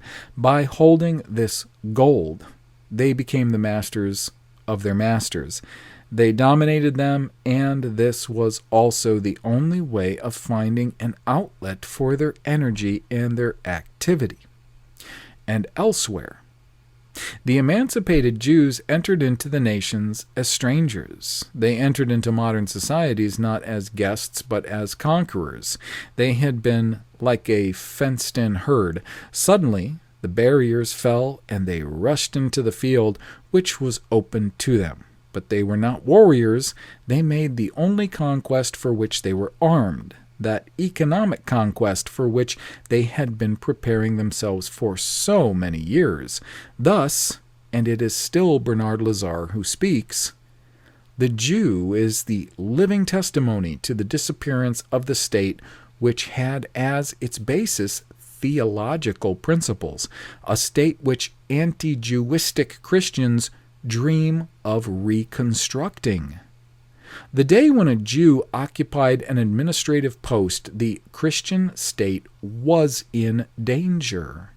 That is true, and the anti-Jewites who say that the Jew has destroyed the idea of the state could more justly say that the entry of Jews into society has symbolized the destruction of the state, that is to say, the Christian state.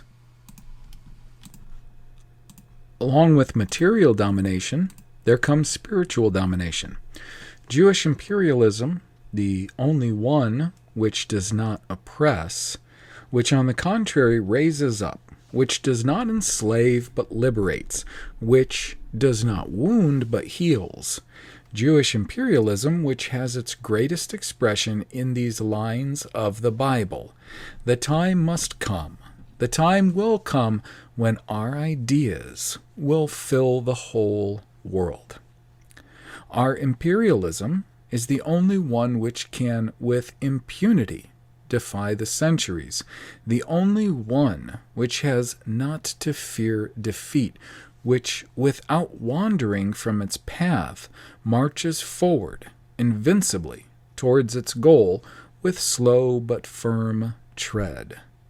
On this subject, one of the leaders of Judaism, Alfred Nossig, provides us with distinct and valuable statements in his book Integrales Judentum. He says, the Jewish community is more than a people in the modern political meaning of the word. It is the trustee of an historical world mission. I would even say cosmic mission, that its founders, Noah and Abraham, Jacob and Moses, have confined to it. That mission forms the unconscious kernel of our being, the common substance of our soul. The primordial conception of our ancestors was to found not a tribe, but a world order destined to guide humanity in its development.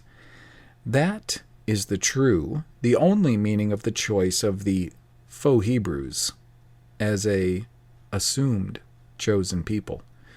They are not called to an outward glory, nor to a material domination of the world, but only to the accomplishment of this more arduous and sterner cosmic duty, which consists in working for the progress of the spiritual and moral development of humanity. Gesta natur per Judaeos. This is the formula of our history. We must always repeat it again. We are not, as our malignant adversaries reproach us with being, a people which has in view the domination of the world in a material sense, but a spiritual order destined to guide the development of humanity. Such then is the mission of faux Israel, and the day of its accomplishment approaches. We are emerging from a long night full of terror. Before us extends a gigantic landscape, the surface of the globe. It is our way. Dark thunder clouds are still hanging over our heads. Hundreds among us still die every day for our fidelity to the community, but already the time of recognition and of brotherhood of peoples is approaching. Already on the horizon, flames of the dawn of our day. Faux Israel wishes then to bring about the happiness of humanity and believes itself on the eve of securing it. In principle, these are fine sentiments, but how does it propose to reach the goal?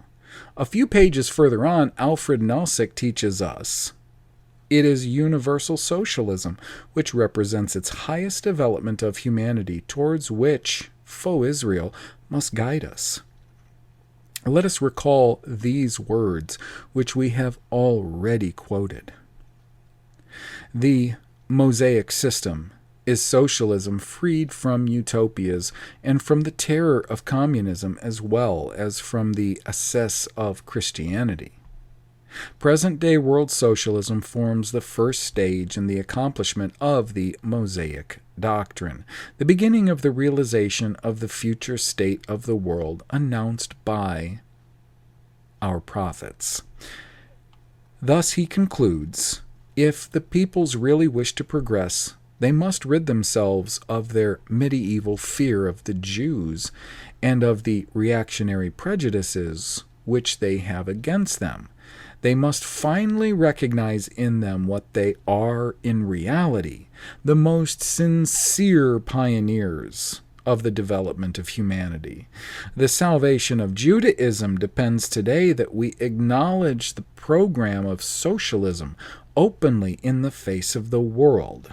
The salvation of humanity depends for centuries to come on the victory of this program.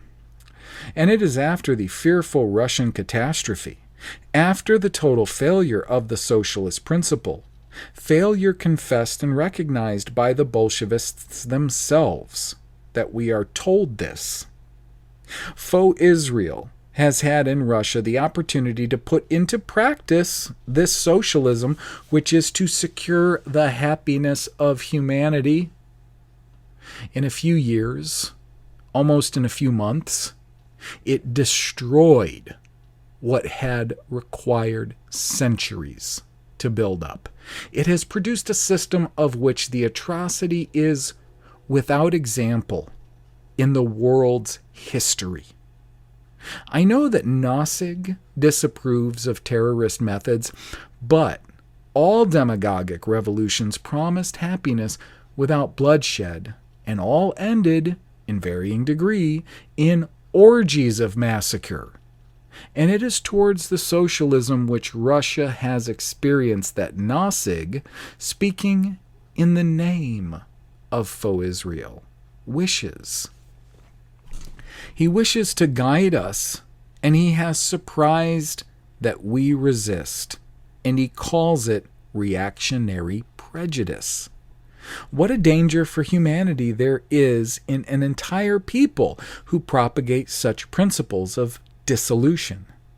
The following letter, written by a Jew well known in English literary circles, Mr. Oscar Levy, confirms in every point this opinion and replies to the theories of Nossig. Shortly after the war, an English writer, G. Pitt Rivers, published a book entitled The World Significance of the Russian Revolution. In it, he shows the part of Jewish influence in Bolshevism and the world significance of this fact.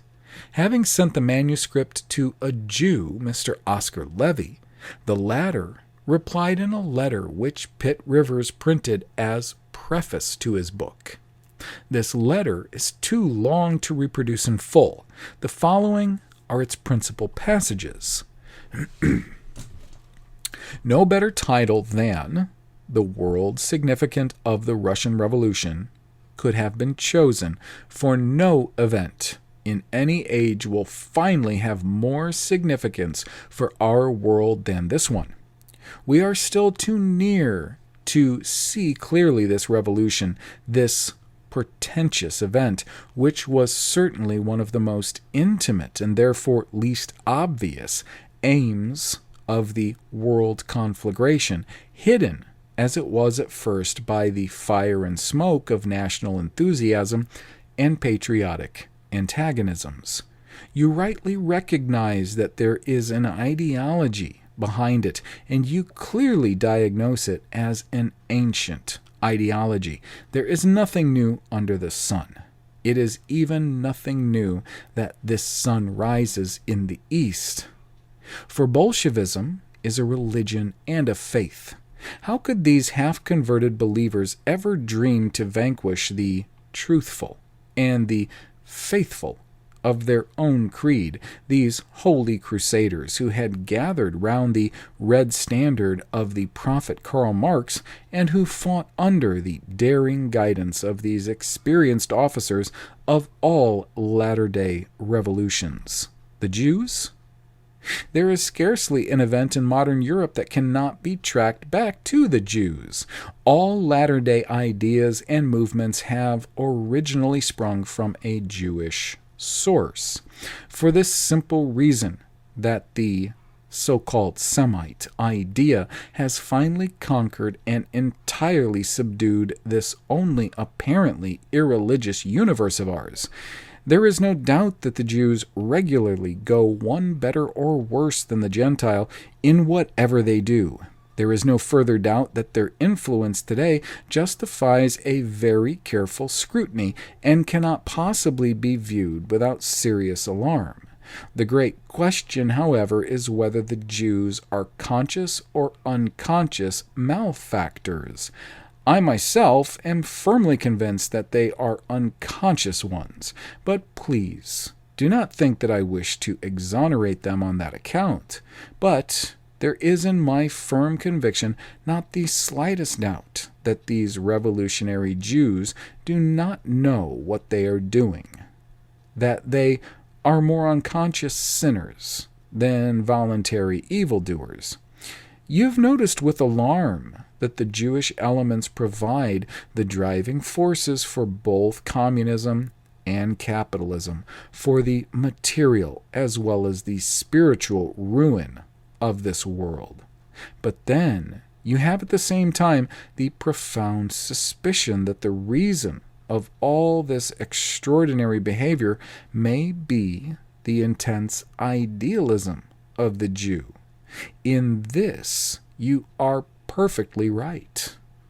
Men and women of the Jewish race, Haas, Levine, Luxemburg, Landauer, Kurt Eisner, the Prime Minister of Bavaria, from Moses to Marx, from Isaiah to Eisner, in practice and in theory, in idealism and in materialism, in philosophy and in politics, they are today what they have always been, passionately devoted to their aims and to their purposes, and ready, nay, eager, to shed their last drop of blood for the realization of their visions.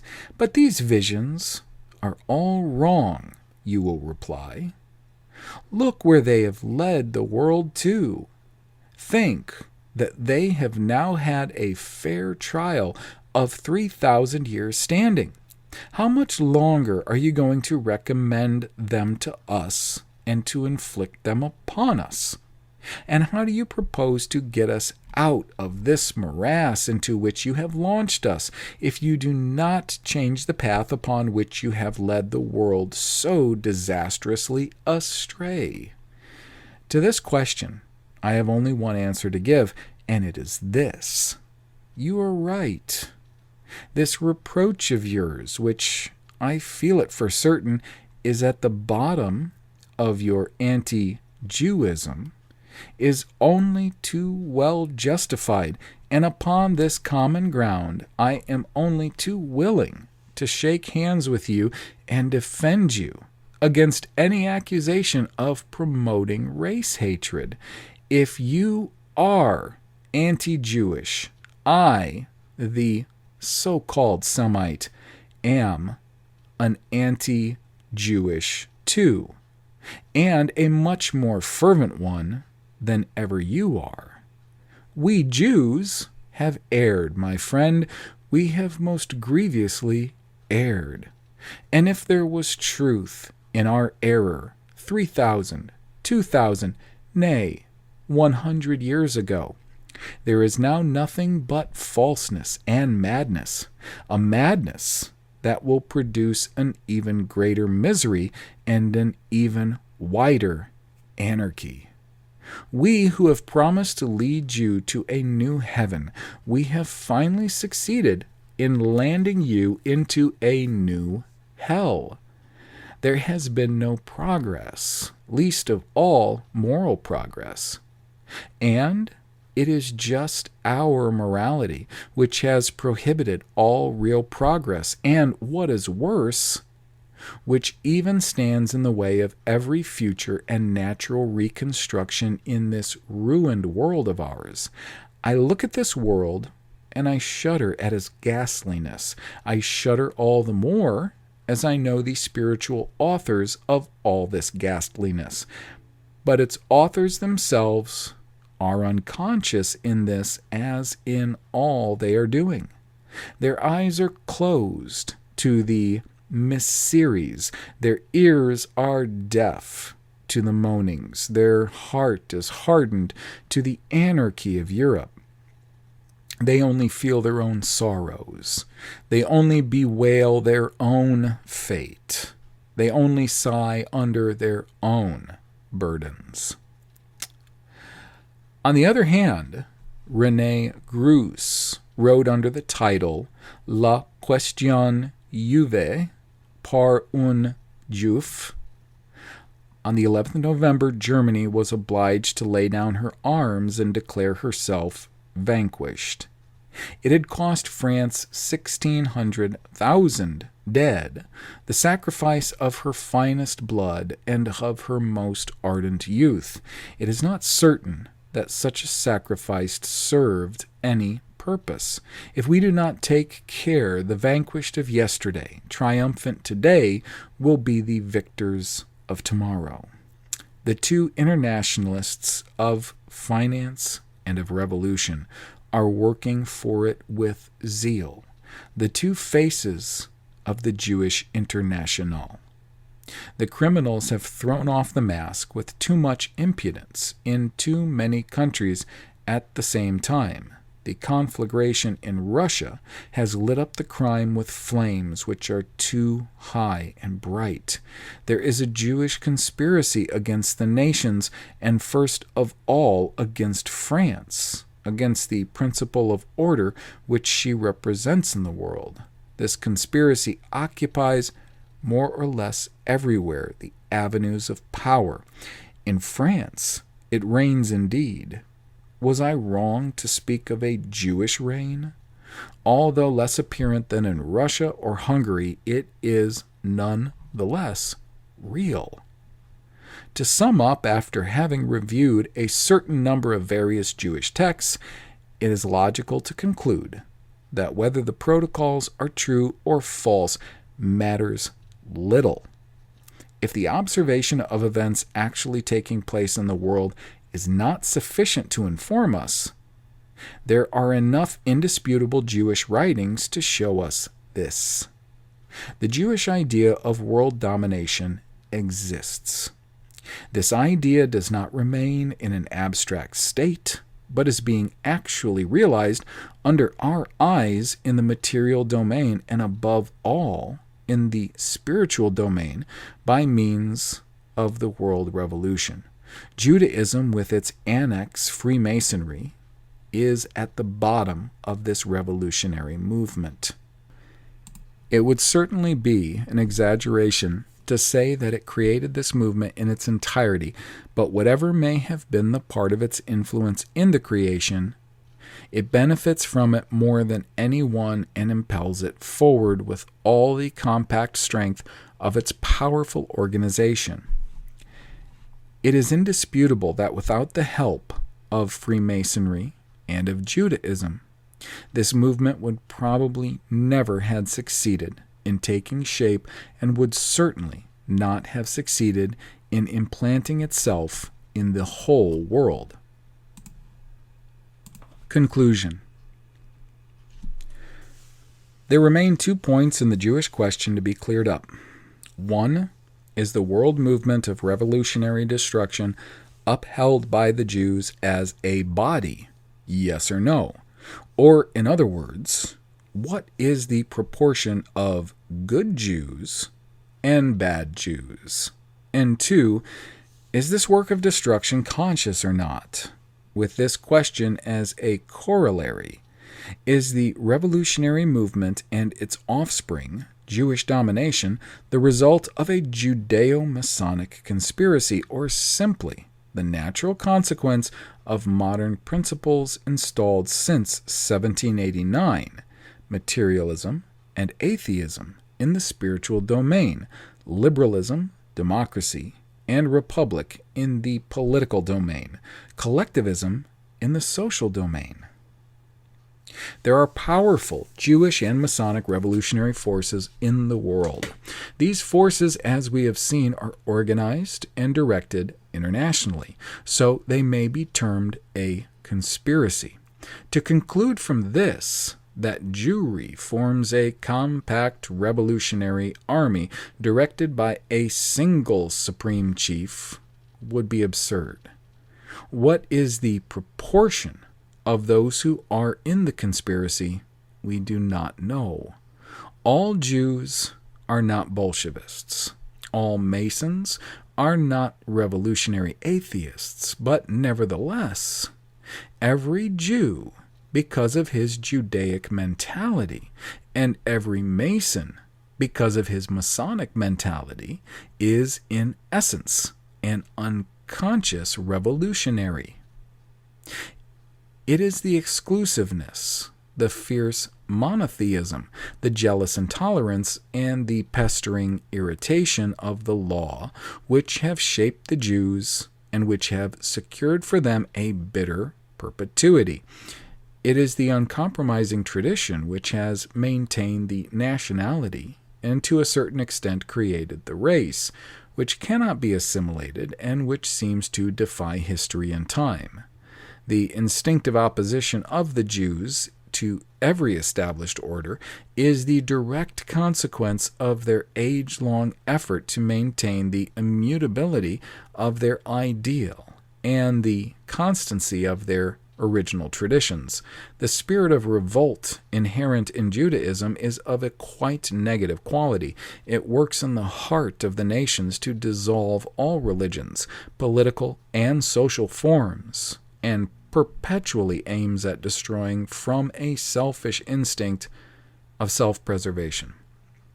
It is thus that the people, normally the most conservative, can always claim to march in the vein of progress by offering its cooperation to the so-called advanced parties, to the discontented of all kinds who, for various motives, aims at overthrowing the existing order with the idea of substituting another which is by definition preferable.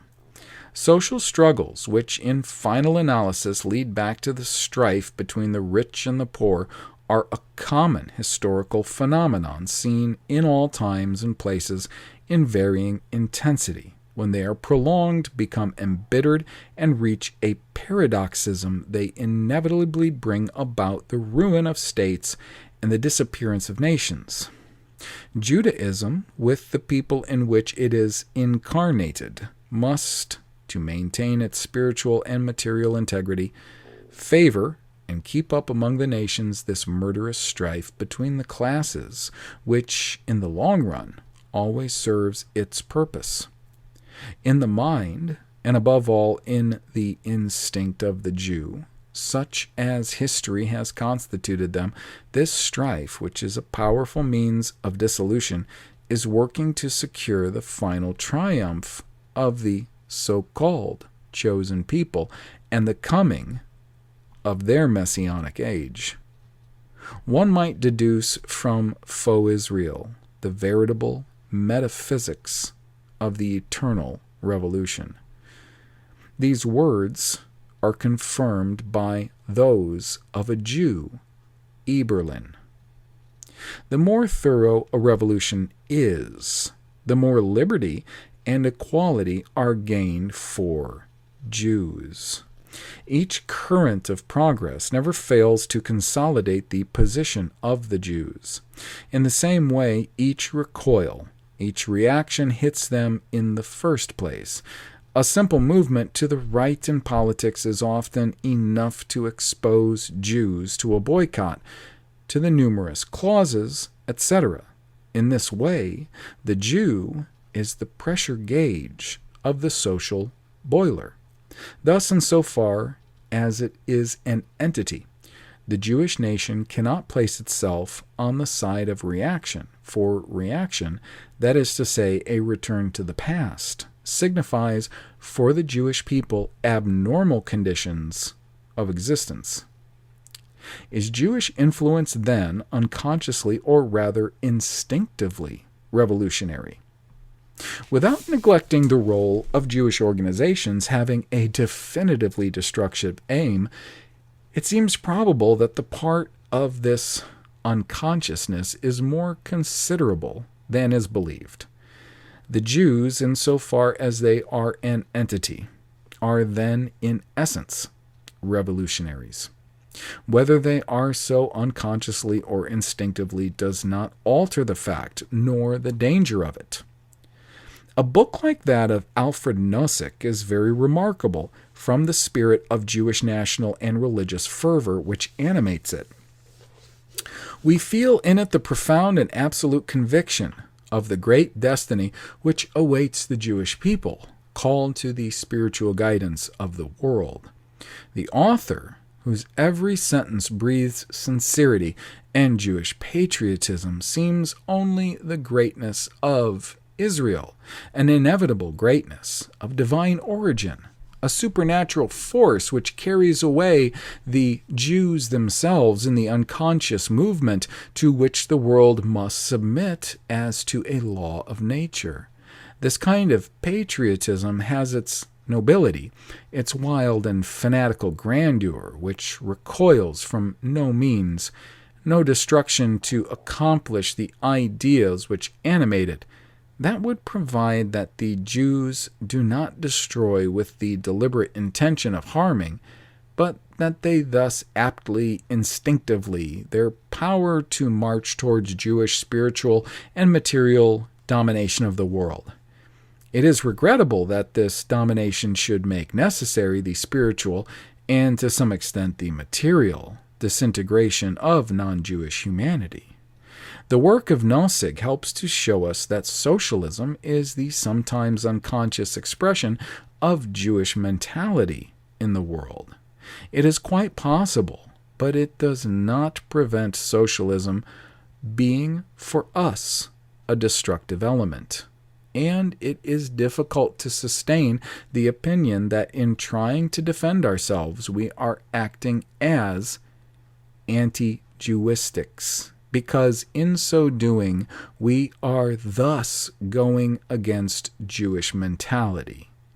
It is absolutely logical that in the democratic system the Jews should rapidly become the only masters, and it is not less logical that this having been accomplished, they should impose upon the world their way of thinking and of acting, and that they should use this situation to favor their interests at the expense of those of the Gentiles, all the more as they consider that they have arrears to make up. It is our duty not to allow such a state of things to become established. Here is a question that must be asked. Can we blame the Jews because they are working for the greatness of their race?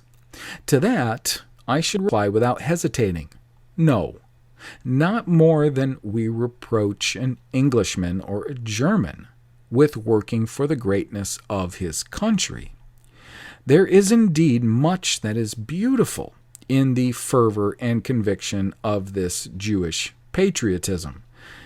It is for us to take the necessary measures and not for them to change their aim. There would be no question, moreover, if there was not this difference that English and Germans are known as such and do not hide the fact that they are, before everything else, English or Germans, and consequently are adversaries.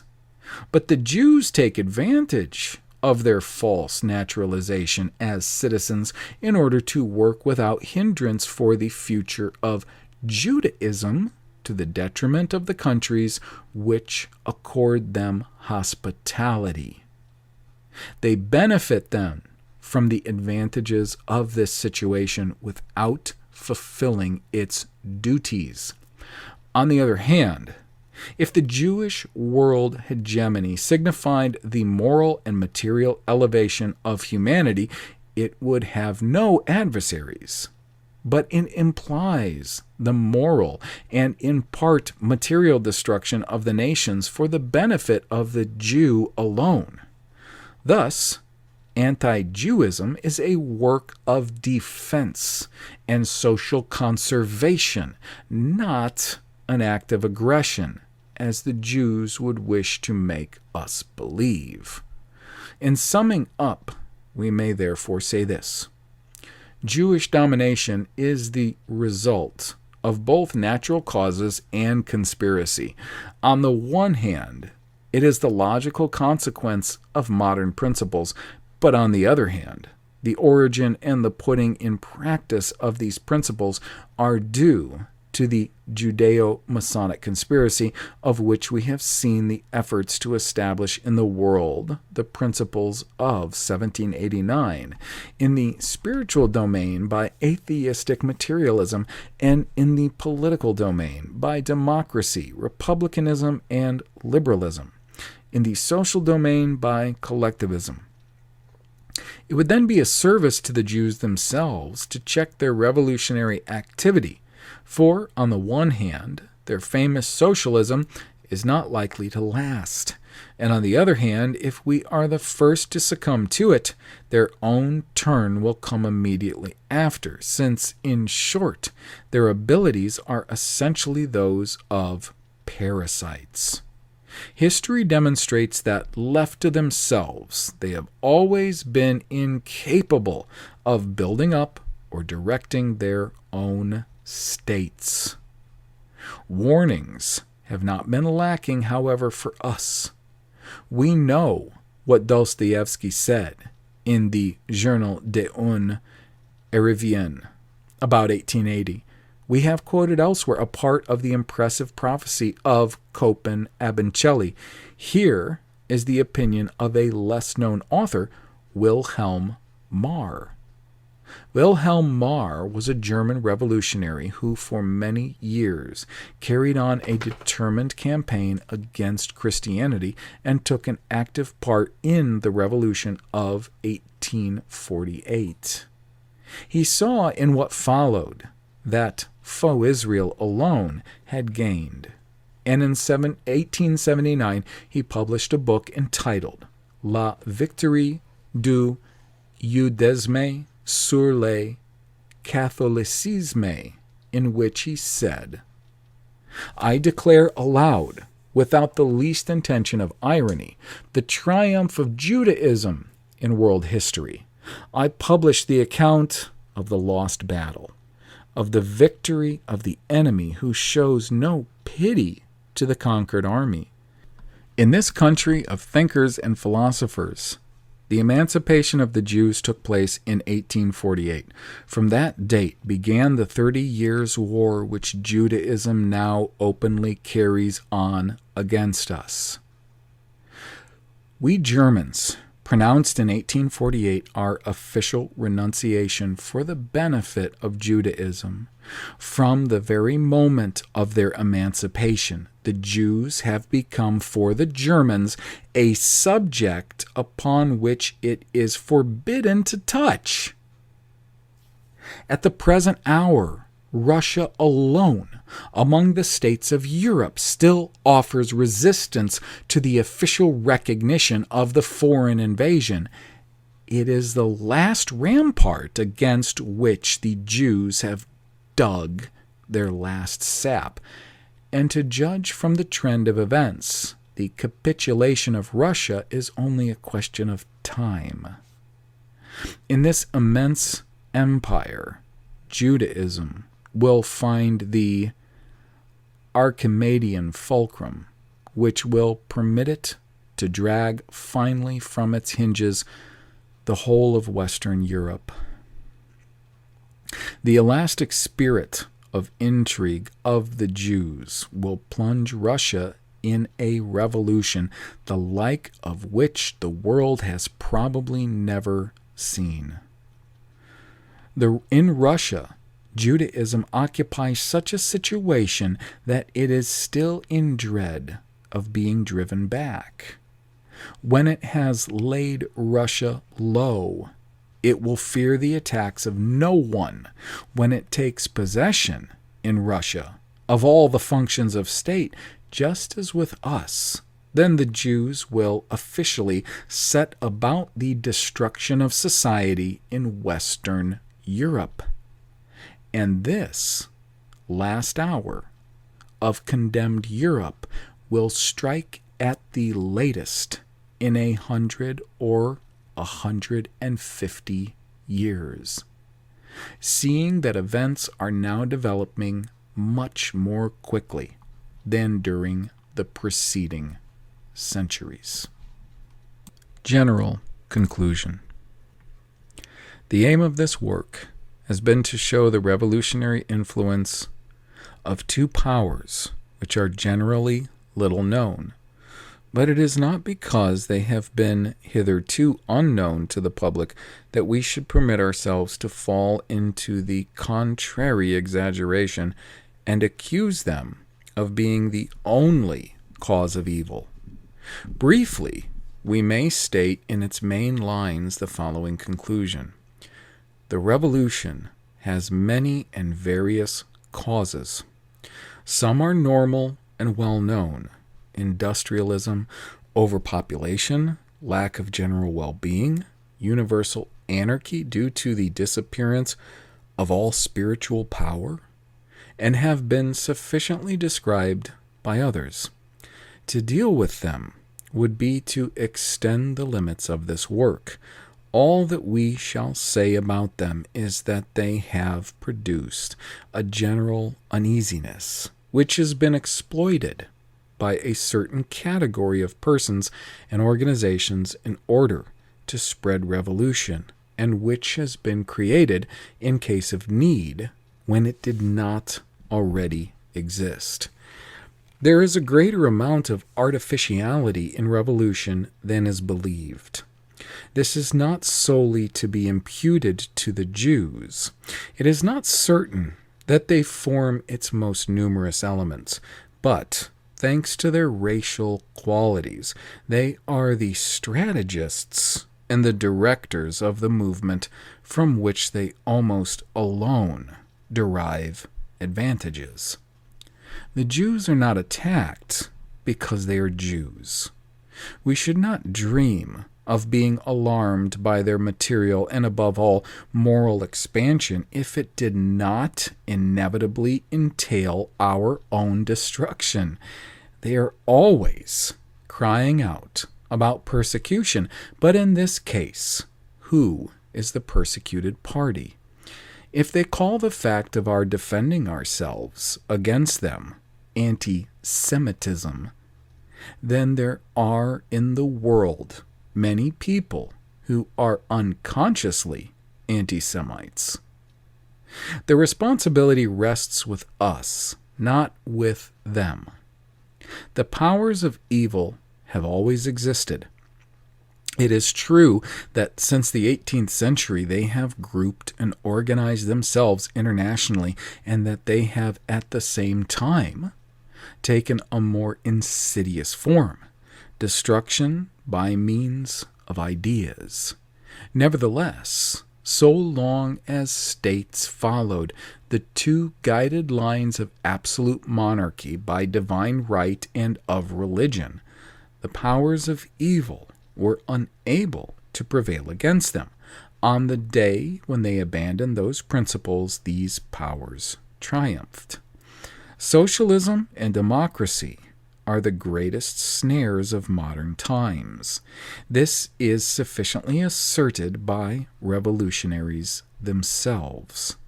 As for the republican form of government, so extolled today, it would be quite tenable in theory if it did not invariably fall under the Judeo-Masonic domination. Judeo-Masonry does not hide this. Moreover, since it admits openly that it preaches the republic in order to seize power more easily and to have a free field. That is why Judeo-Masonry dreads, above all, an absolute power which can alone bar its road. The gravity of the present situation is not in the material ravages caused by revolution. It is in the democratic materialistic, and revolutionary state of mind which reigns today and influences everyone, consciously or unconsciously. It is the Jewish mentality which has invaded the world, and Judaism only became a destructive element when we allowed ourselves to be impregnated with it. This last point cannot be too strongly emphasized. The Jewish problem is a prohibited subject, of which it is forbidden to speak, but the situation is too grave for us to remain silent. It is inadmissible that we should quietly let our brothers of Russian race be butchered without doing anything to defend them. We have seen what Judaism has done with Russia. A similar fate threatens all of us. Only the means differ according to the countries. In Russia, it is Bolshevism. In France, it is slow disintegration through the Judeo-Masonic Republic. In England and America, it is ever-growing penetration and influences in all classes and in government. Elsewhere, other means are employed, but the aim, the triumph of the revolution, with its consequence, the material and spiritual domination of Judaism. The same is everywhere. The first phase of the defensive struggle is then to throw the full light of day on the Judeo-Masonic question. If, as they maintain, the Jews and the Masons are perfectly innocent, they should be the first to wish for a public elucidation for which, up to the present, they have never sought. After that, it would be necessary to take defensive measures. Such measures need not be violent. It would be for those competent to define them.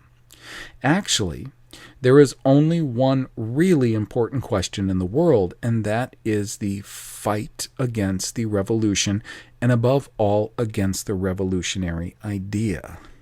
It is an international question, and a narrow chauvinism must not be permitted to prevent the indispensable union of all healthy elements in the world against the common enemy. It is for us a question of life and death.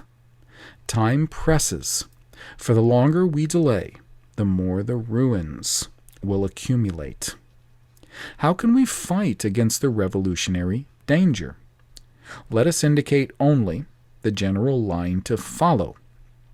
In continental Europe, it is necessary to act simultaneously both in a direct and indirect manner, the latter being the more efficacious. In an indirect manner, by converting ourselves instead of converting the adversary. To achieve this, we must in the first place abandon the deadly principles of 1789, which the Jews and Masons have inculcated in us. We must give up parliamentarianism, demagogy, and atheism, regarded as a state religion. We must return to traditions, to absolute monarchy, to religious principles compulsorily taught in schools, to the social hierarchy, and to all that puts a check, on the one hand, on the blind forces of popular destruction, and on the other hand, on the unlimited power of gold. In so doing, we may perhaps free ourselves from this brutalizing present-day economic mentality of Jewish origin. Business and gold, the supreme aim of existence to the detriment of all culture, all beauty, all moral elevation. Then the social organism will become normal again, and the Judeo-Masonic microbe will be powerless against it. The question is international. It is a struggle between two diametrically opposed civilizations. One or the other of them will triumph or perish in the world. Ideas are not divided by watertight partitions. There cannot exist permanently side by side a materialistic socialist civilization in Moscow and a Christian civilization in the West. One of the two principles must triumph. The theory, which consists in propagating revolution in neighboring countries in order to weaken them at the benefit of one's own, is suicidal. Germany has had bitter experience of it. It is ominous to record that conservative governments could applaud the success of the Russian Revolution and that even today they do not consider the danger of the Bolshevist contamination more serious than that of commercial or military rivalry. We may note on this subject the clear-sightedness of the Netherlands minister whose report on Bolshevism we have quoted in an earlier page. All other considerations should be subordinated to the fight against the revolutionary spirit. I am one of those who believe that only an absolute monarchy can fight it successfully, and that it is necessary to support the establishment or reestablishment of monarchy in whatever country it may be. Sociologists and philosophers tell us that political forms are the simple manifestation of the mentality of the people, and that to begin the work of reform in the political sphere is to put the cart before the horse, to start from consequences and not from principles, are to build on sand. I do not entirely share that opinion for two reasons. Firstly, monarchy is not only a political form. It almost inevitably implies a whole political, social, and religious system, which is opposed both in spirit and by interest to revolutionary principles. The hatred of revolutionaries for monarchy shows that they fully realize this. Secondly, the mentality of a people is not a spontaneous product. It is molded and created by various means, of which the school and the press are the two principal ones. Therefore, it is first of all necessary to become master of these two factors of public opinion. The political question is then the method of reaching the essential principles of which religion forms the basis. For Christian religion and tradition have been for 2,000 years the power which has held civilized society together in the Western world. Simultaneously, we must act directly by taking defensive measures against Freemasonry and Judaism. Against Freemasonry, it is fairly simple. It is sufficient to prohibit all secret societies. By acting thus, we do not destroy it, but prevent it doing harm. Mussolini and the Hungarian government were the first to act thus. Their example will certainly be followed. To defend ourselves against Judaism is much more difficult. Some people, and not the least important, consider the problem insoluble. No perfect solution exists, that is to say, one which efficaciously protects the Gentiles without harming the Jews.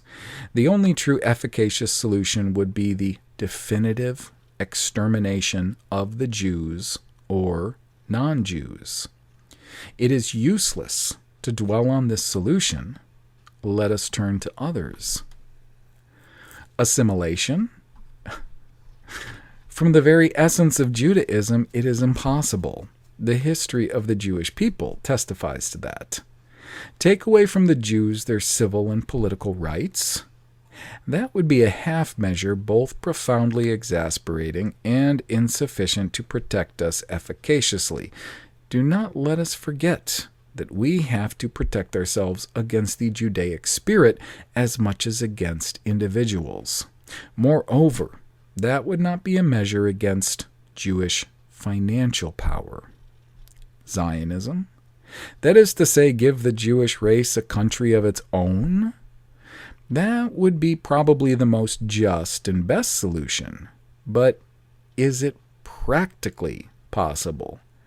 We may doubt it. In any case, the Jews do not wish it at any price. Or rather, they wish it, but understood in the following fashion. The new Judea, moreover, would not contain the whole of the Jews. The majority of them would continue to sojourn in the land of their adoption, but they would receive from the common home the necessary impulsion. The creation of a Jewish center would give them back life and unity. That is, in all its purity, the dream of present-day Zionists. Commenting upon these words, G. Vicompte says, if such is the whole dream of Zionism, if that were really Zionism, it would appear to be a veritable plot against the Gentiles, against the nations, and it would justify as a reaction of defense against it the counter-plots and counter-attacks of anti-Jewishism. What, in fact, would those Jews constitute who would continue to sojourn in their land of adoption, but who would receive their necessary impulsion from the common home center, except a permanent conspiracy against the safety of states? If the reconstituted Jewish people wishes to rank itself as a nation among the nations, then it is the duty and the interest of each one to help it to do so.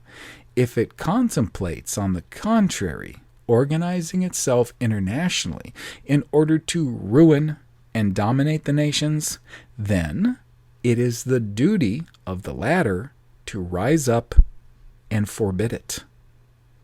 It is, moreover, permissible to doubt whether the Jews could prosper as a nation on their own territory with a national government. Their primitive abilities, developed by 3,000 years of heredity, have made of them a race marvelously apt at utilizing what others produce, but rarely capable of original production. And that is so in all branches. The day when, instead of living upon others, the Jews will only have themselves to depend on, they will find it very disagreeable. Moreover, the spirit of revolt inherent in Judaism, not being able to exercise itself against Gentile governments, will turn against its own self. However, that's their business, and it would only be just that they should utilize their destructive abilities between themselves, after having so long directed them against Christians. Zionism could be a touchstone for honest Judaism. If the Jews are what they say, then they ought to accept with gratitude the offer of a reconstitution of their nation. If they do not wish it, then the anti-Semites are right, and it is necessary to take defensive measures without delay. In fact, and for many reasons, the first attempt of Zionism in Palestine has failed, but that does not prove that the idea is bad. That the Jewish problem bristles with difficulty is beyond doubt, but it is not by practicing the policy of the ostrich and by ignoring it that we shall be able to solve it. By continuing thus, we shall come to the following result. There will be a momentary triumph of the revolution, either in a violent form, as is in Russia, or in a slower form, as in France. The consequence will be a first realization of Jewish world hegemony. This will all be followed by a reaction against the inevitable abuses of the Jews, and by a wave of anti-Semitism in a form more violent than the world has yet seen.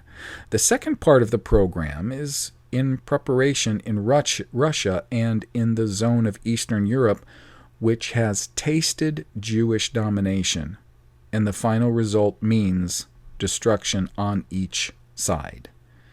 In the English-speaking countries, conditions are more favorable than in continental Europe for materially checking the present unceasing growth of the danger. Taking the case of England and noting that what has to be said of the situation there applies also in great part to America, it has to be recognized as a starting point that the great mass of the British people are ignorant of the very existence of a Jewish question, and are also ignorant of the fact that there is a strict censorship over them as to what they can read on this and certain related subjects. It can be claimed that what is contained in this book is evidence enough that there is a Jewish question, and a very serious one too, even for England. But the ignorance of the people generally makes the first obstacle to any program for meeting the danger. To get over this, one must defy the censorship over newspaper and book publishing, over news agencies, over important sections of film and play production, and over many politicians. The first and immediate aim is then to overcome the systematic obstruction made to any divulgation of the real state of things. The problem must be laid down before the country and openly discussed.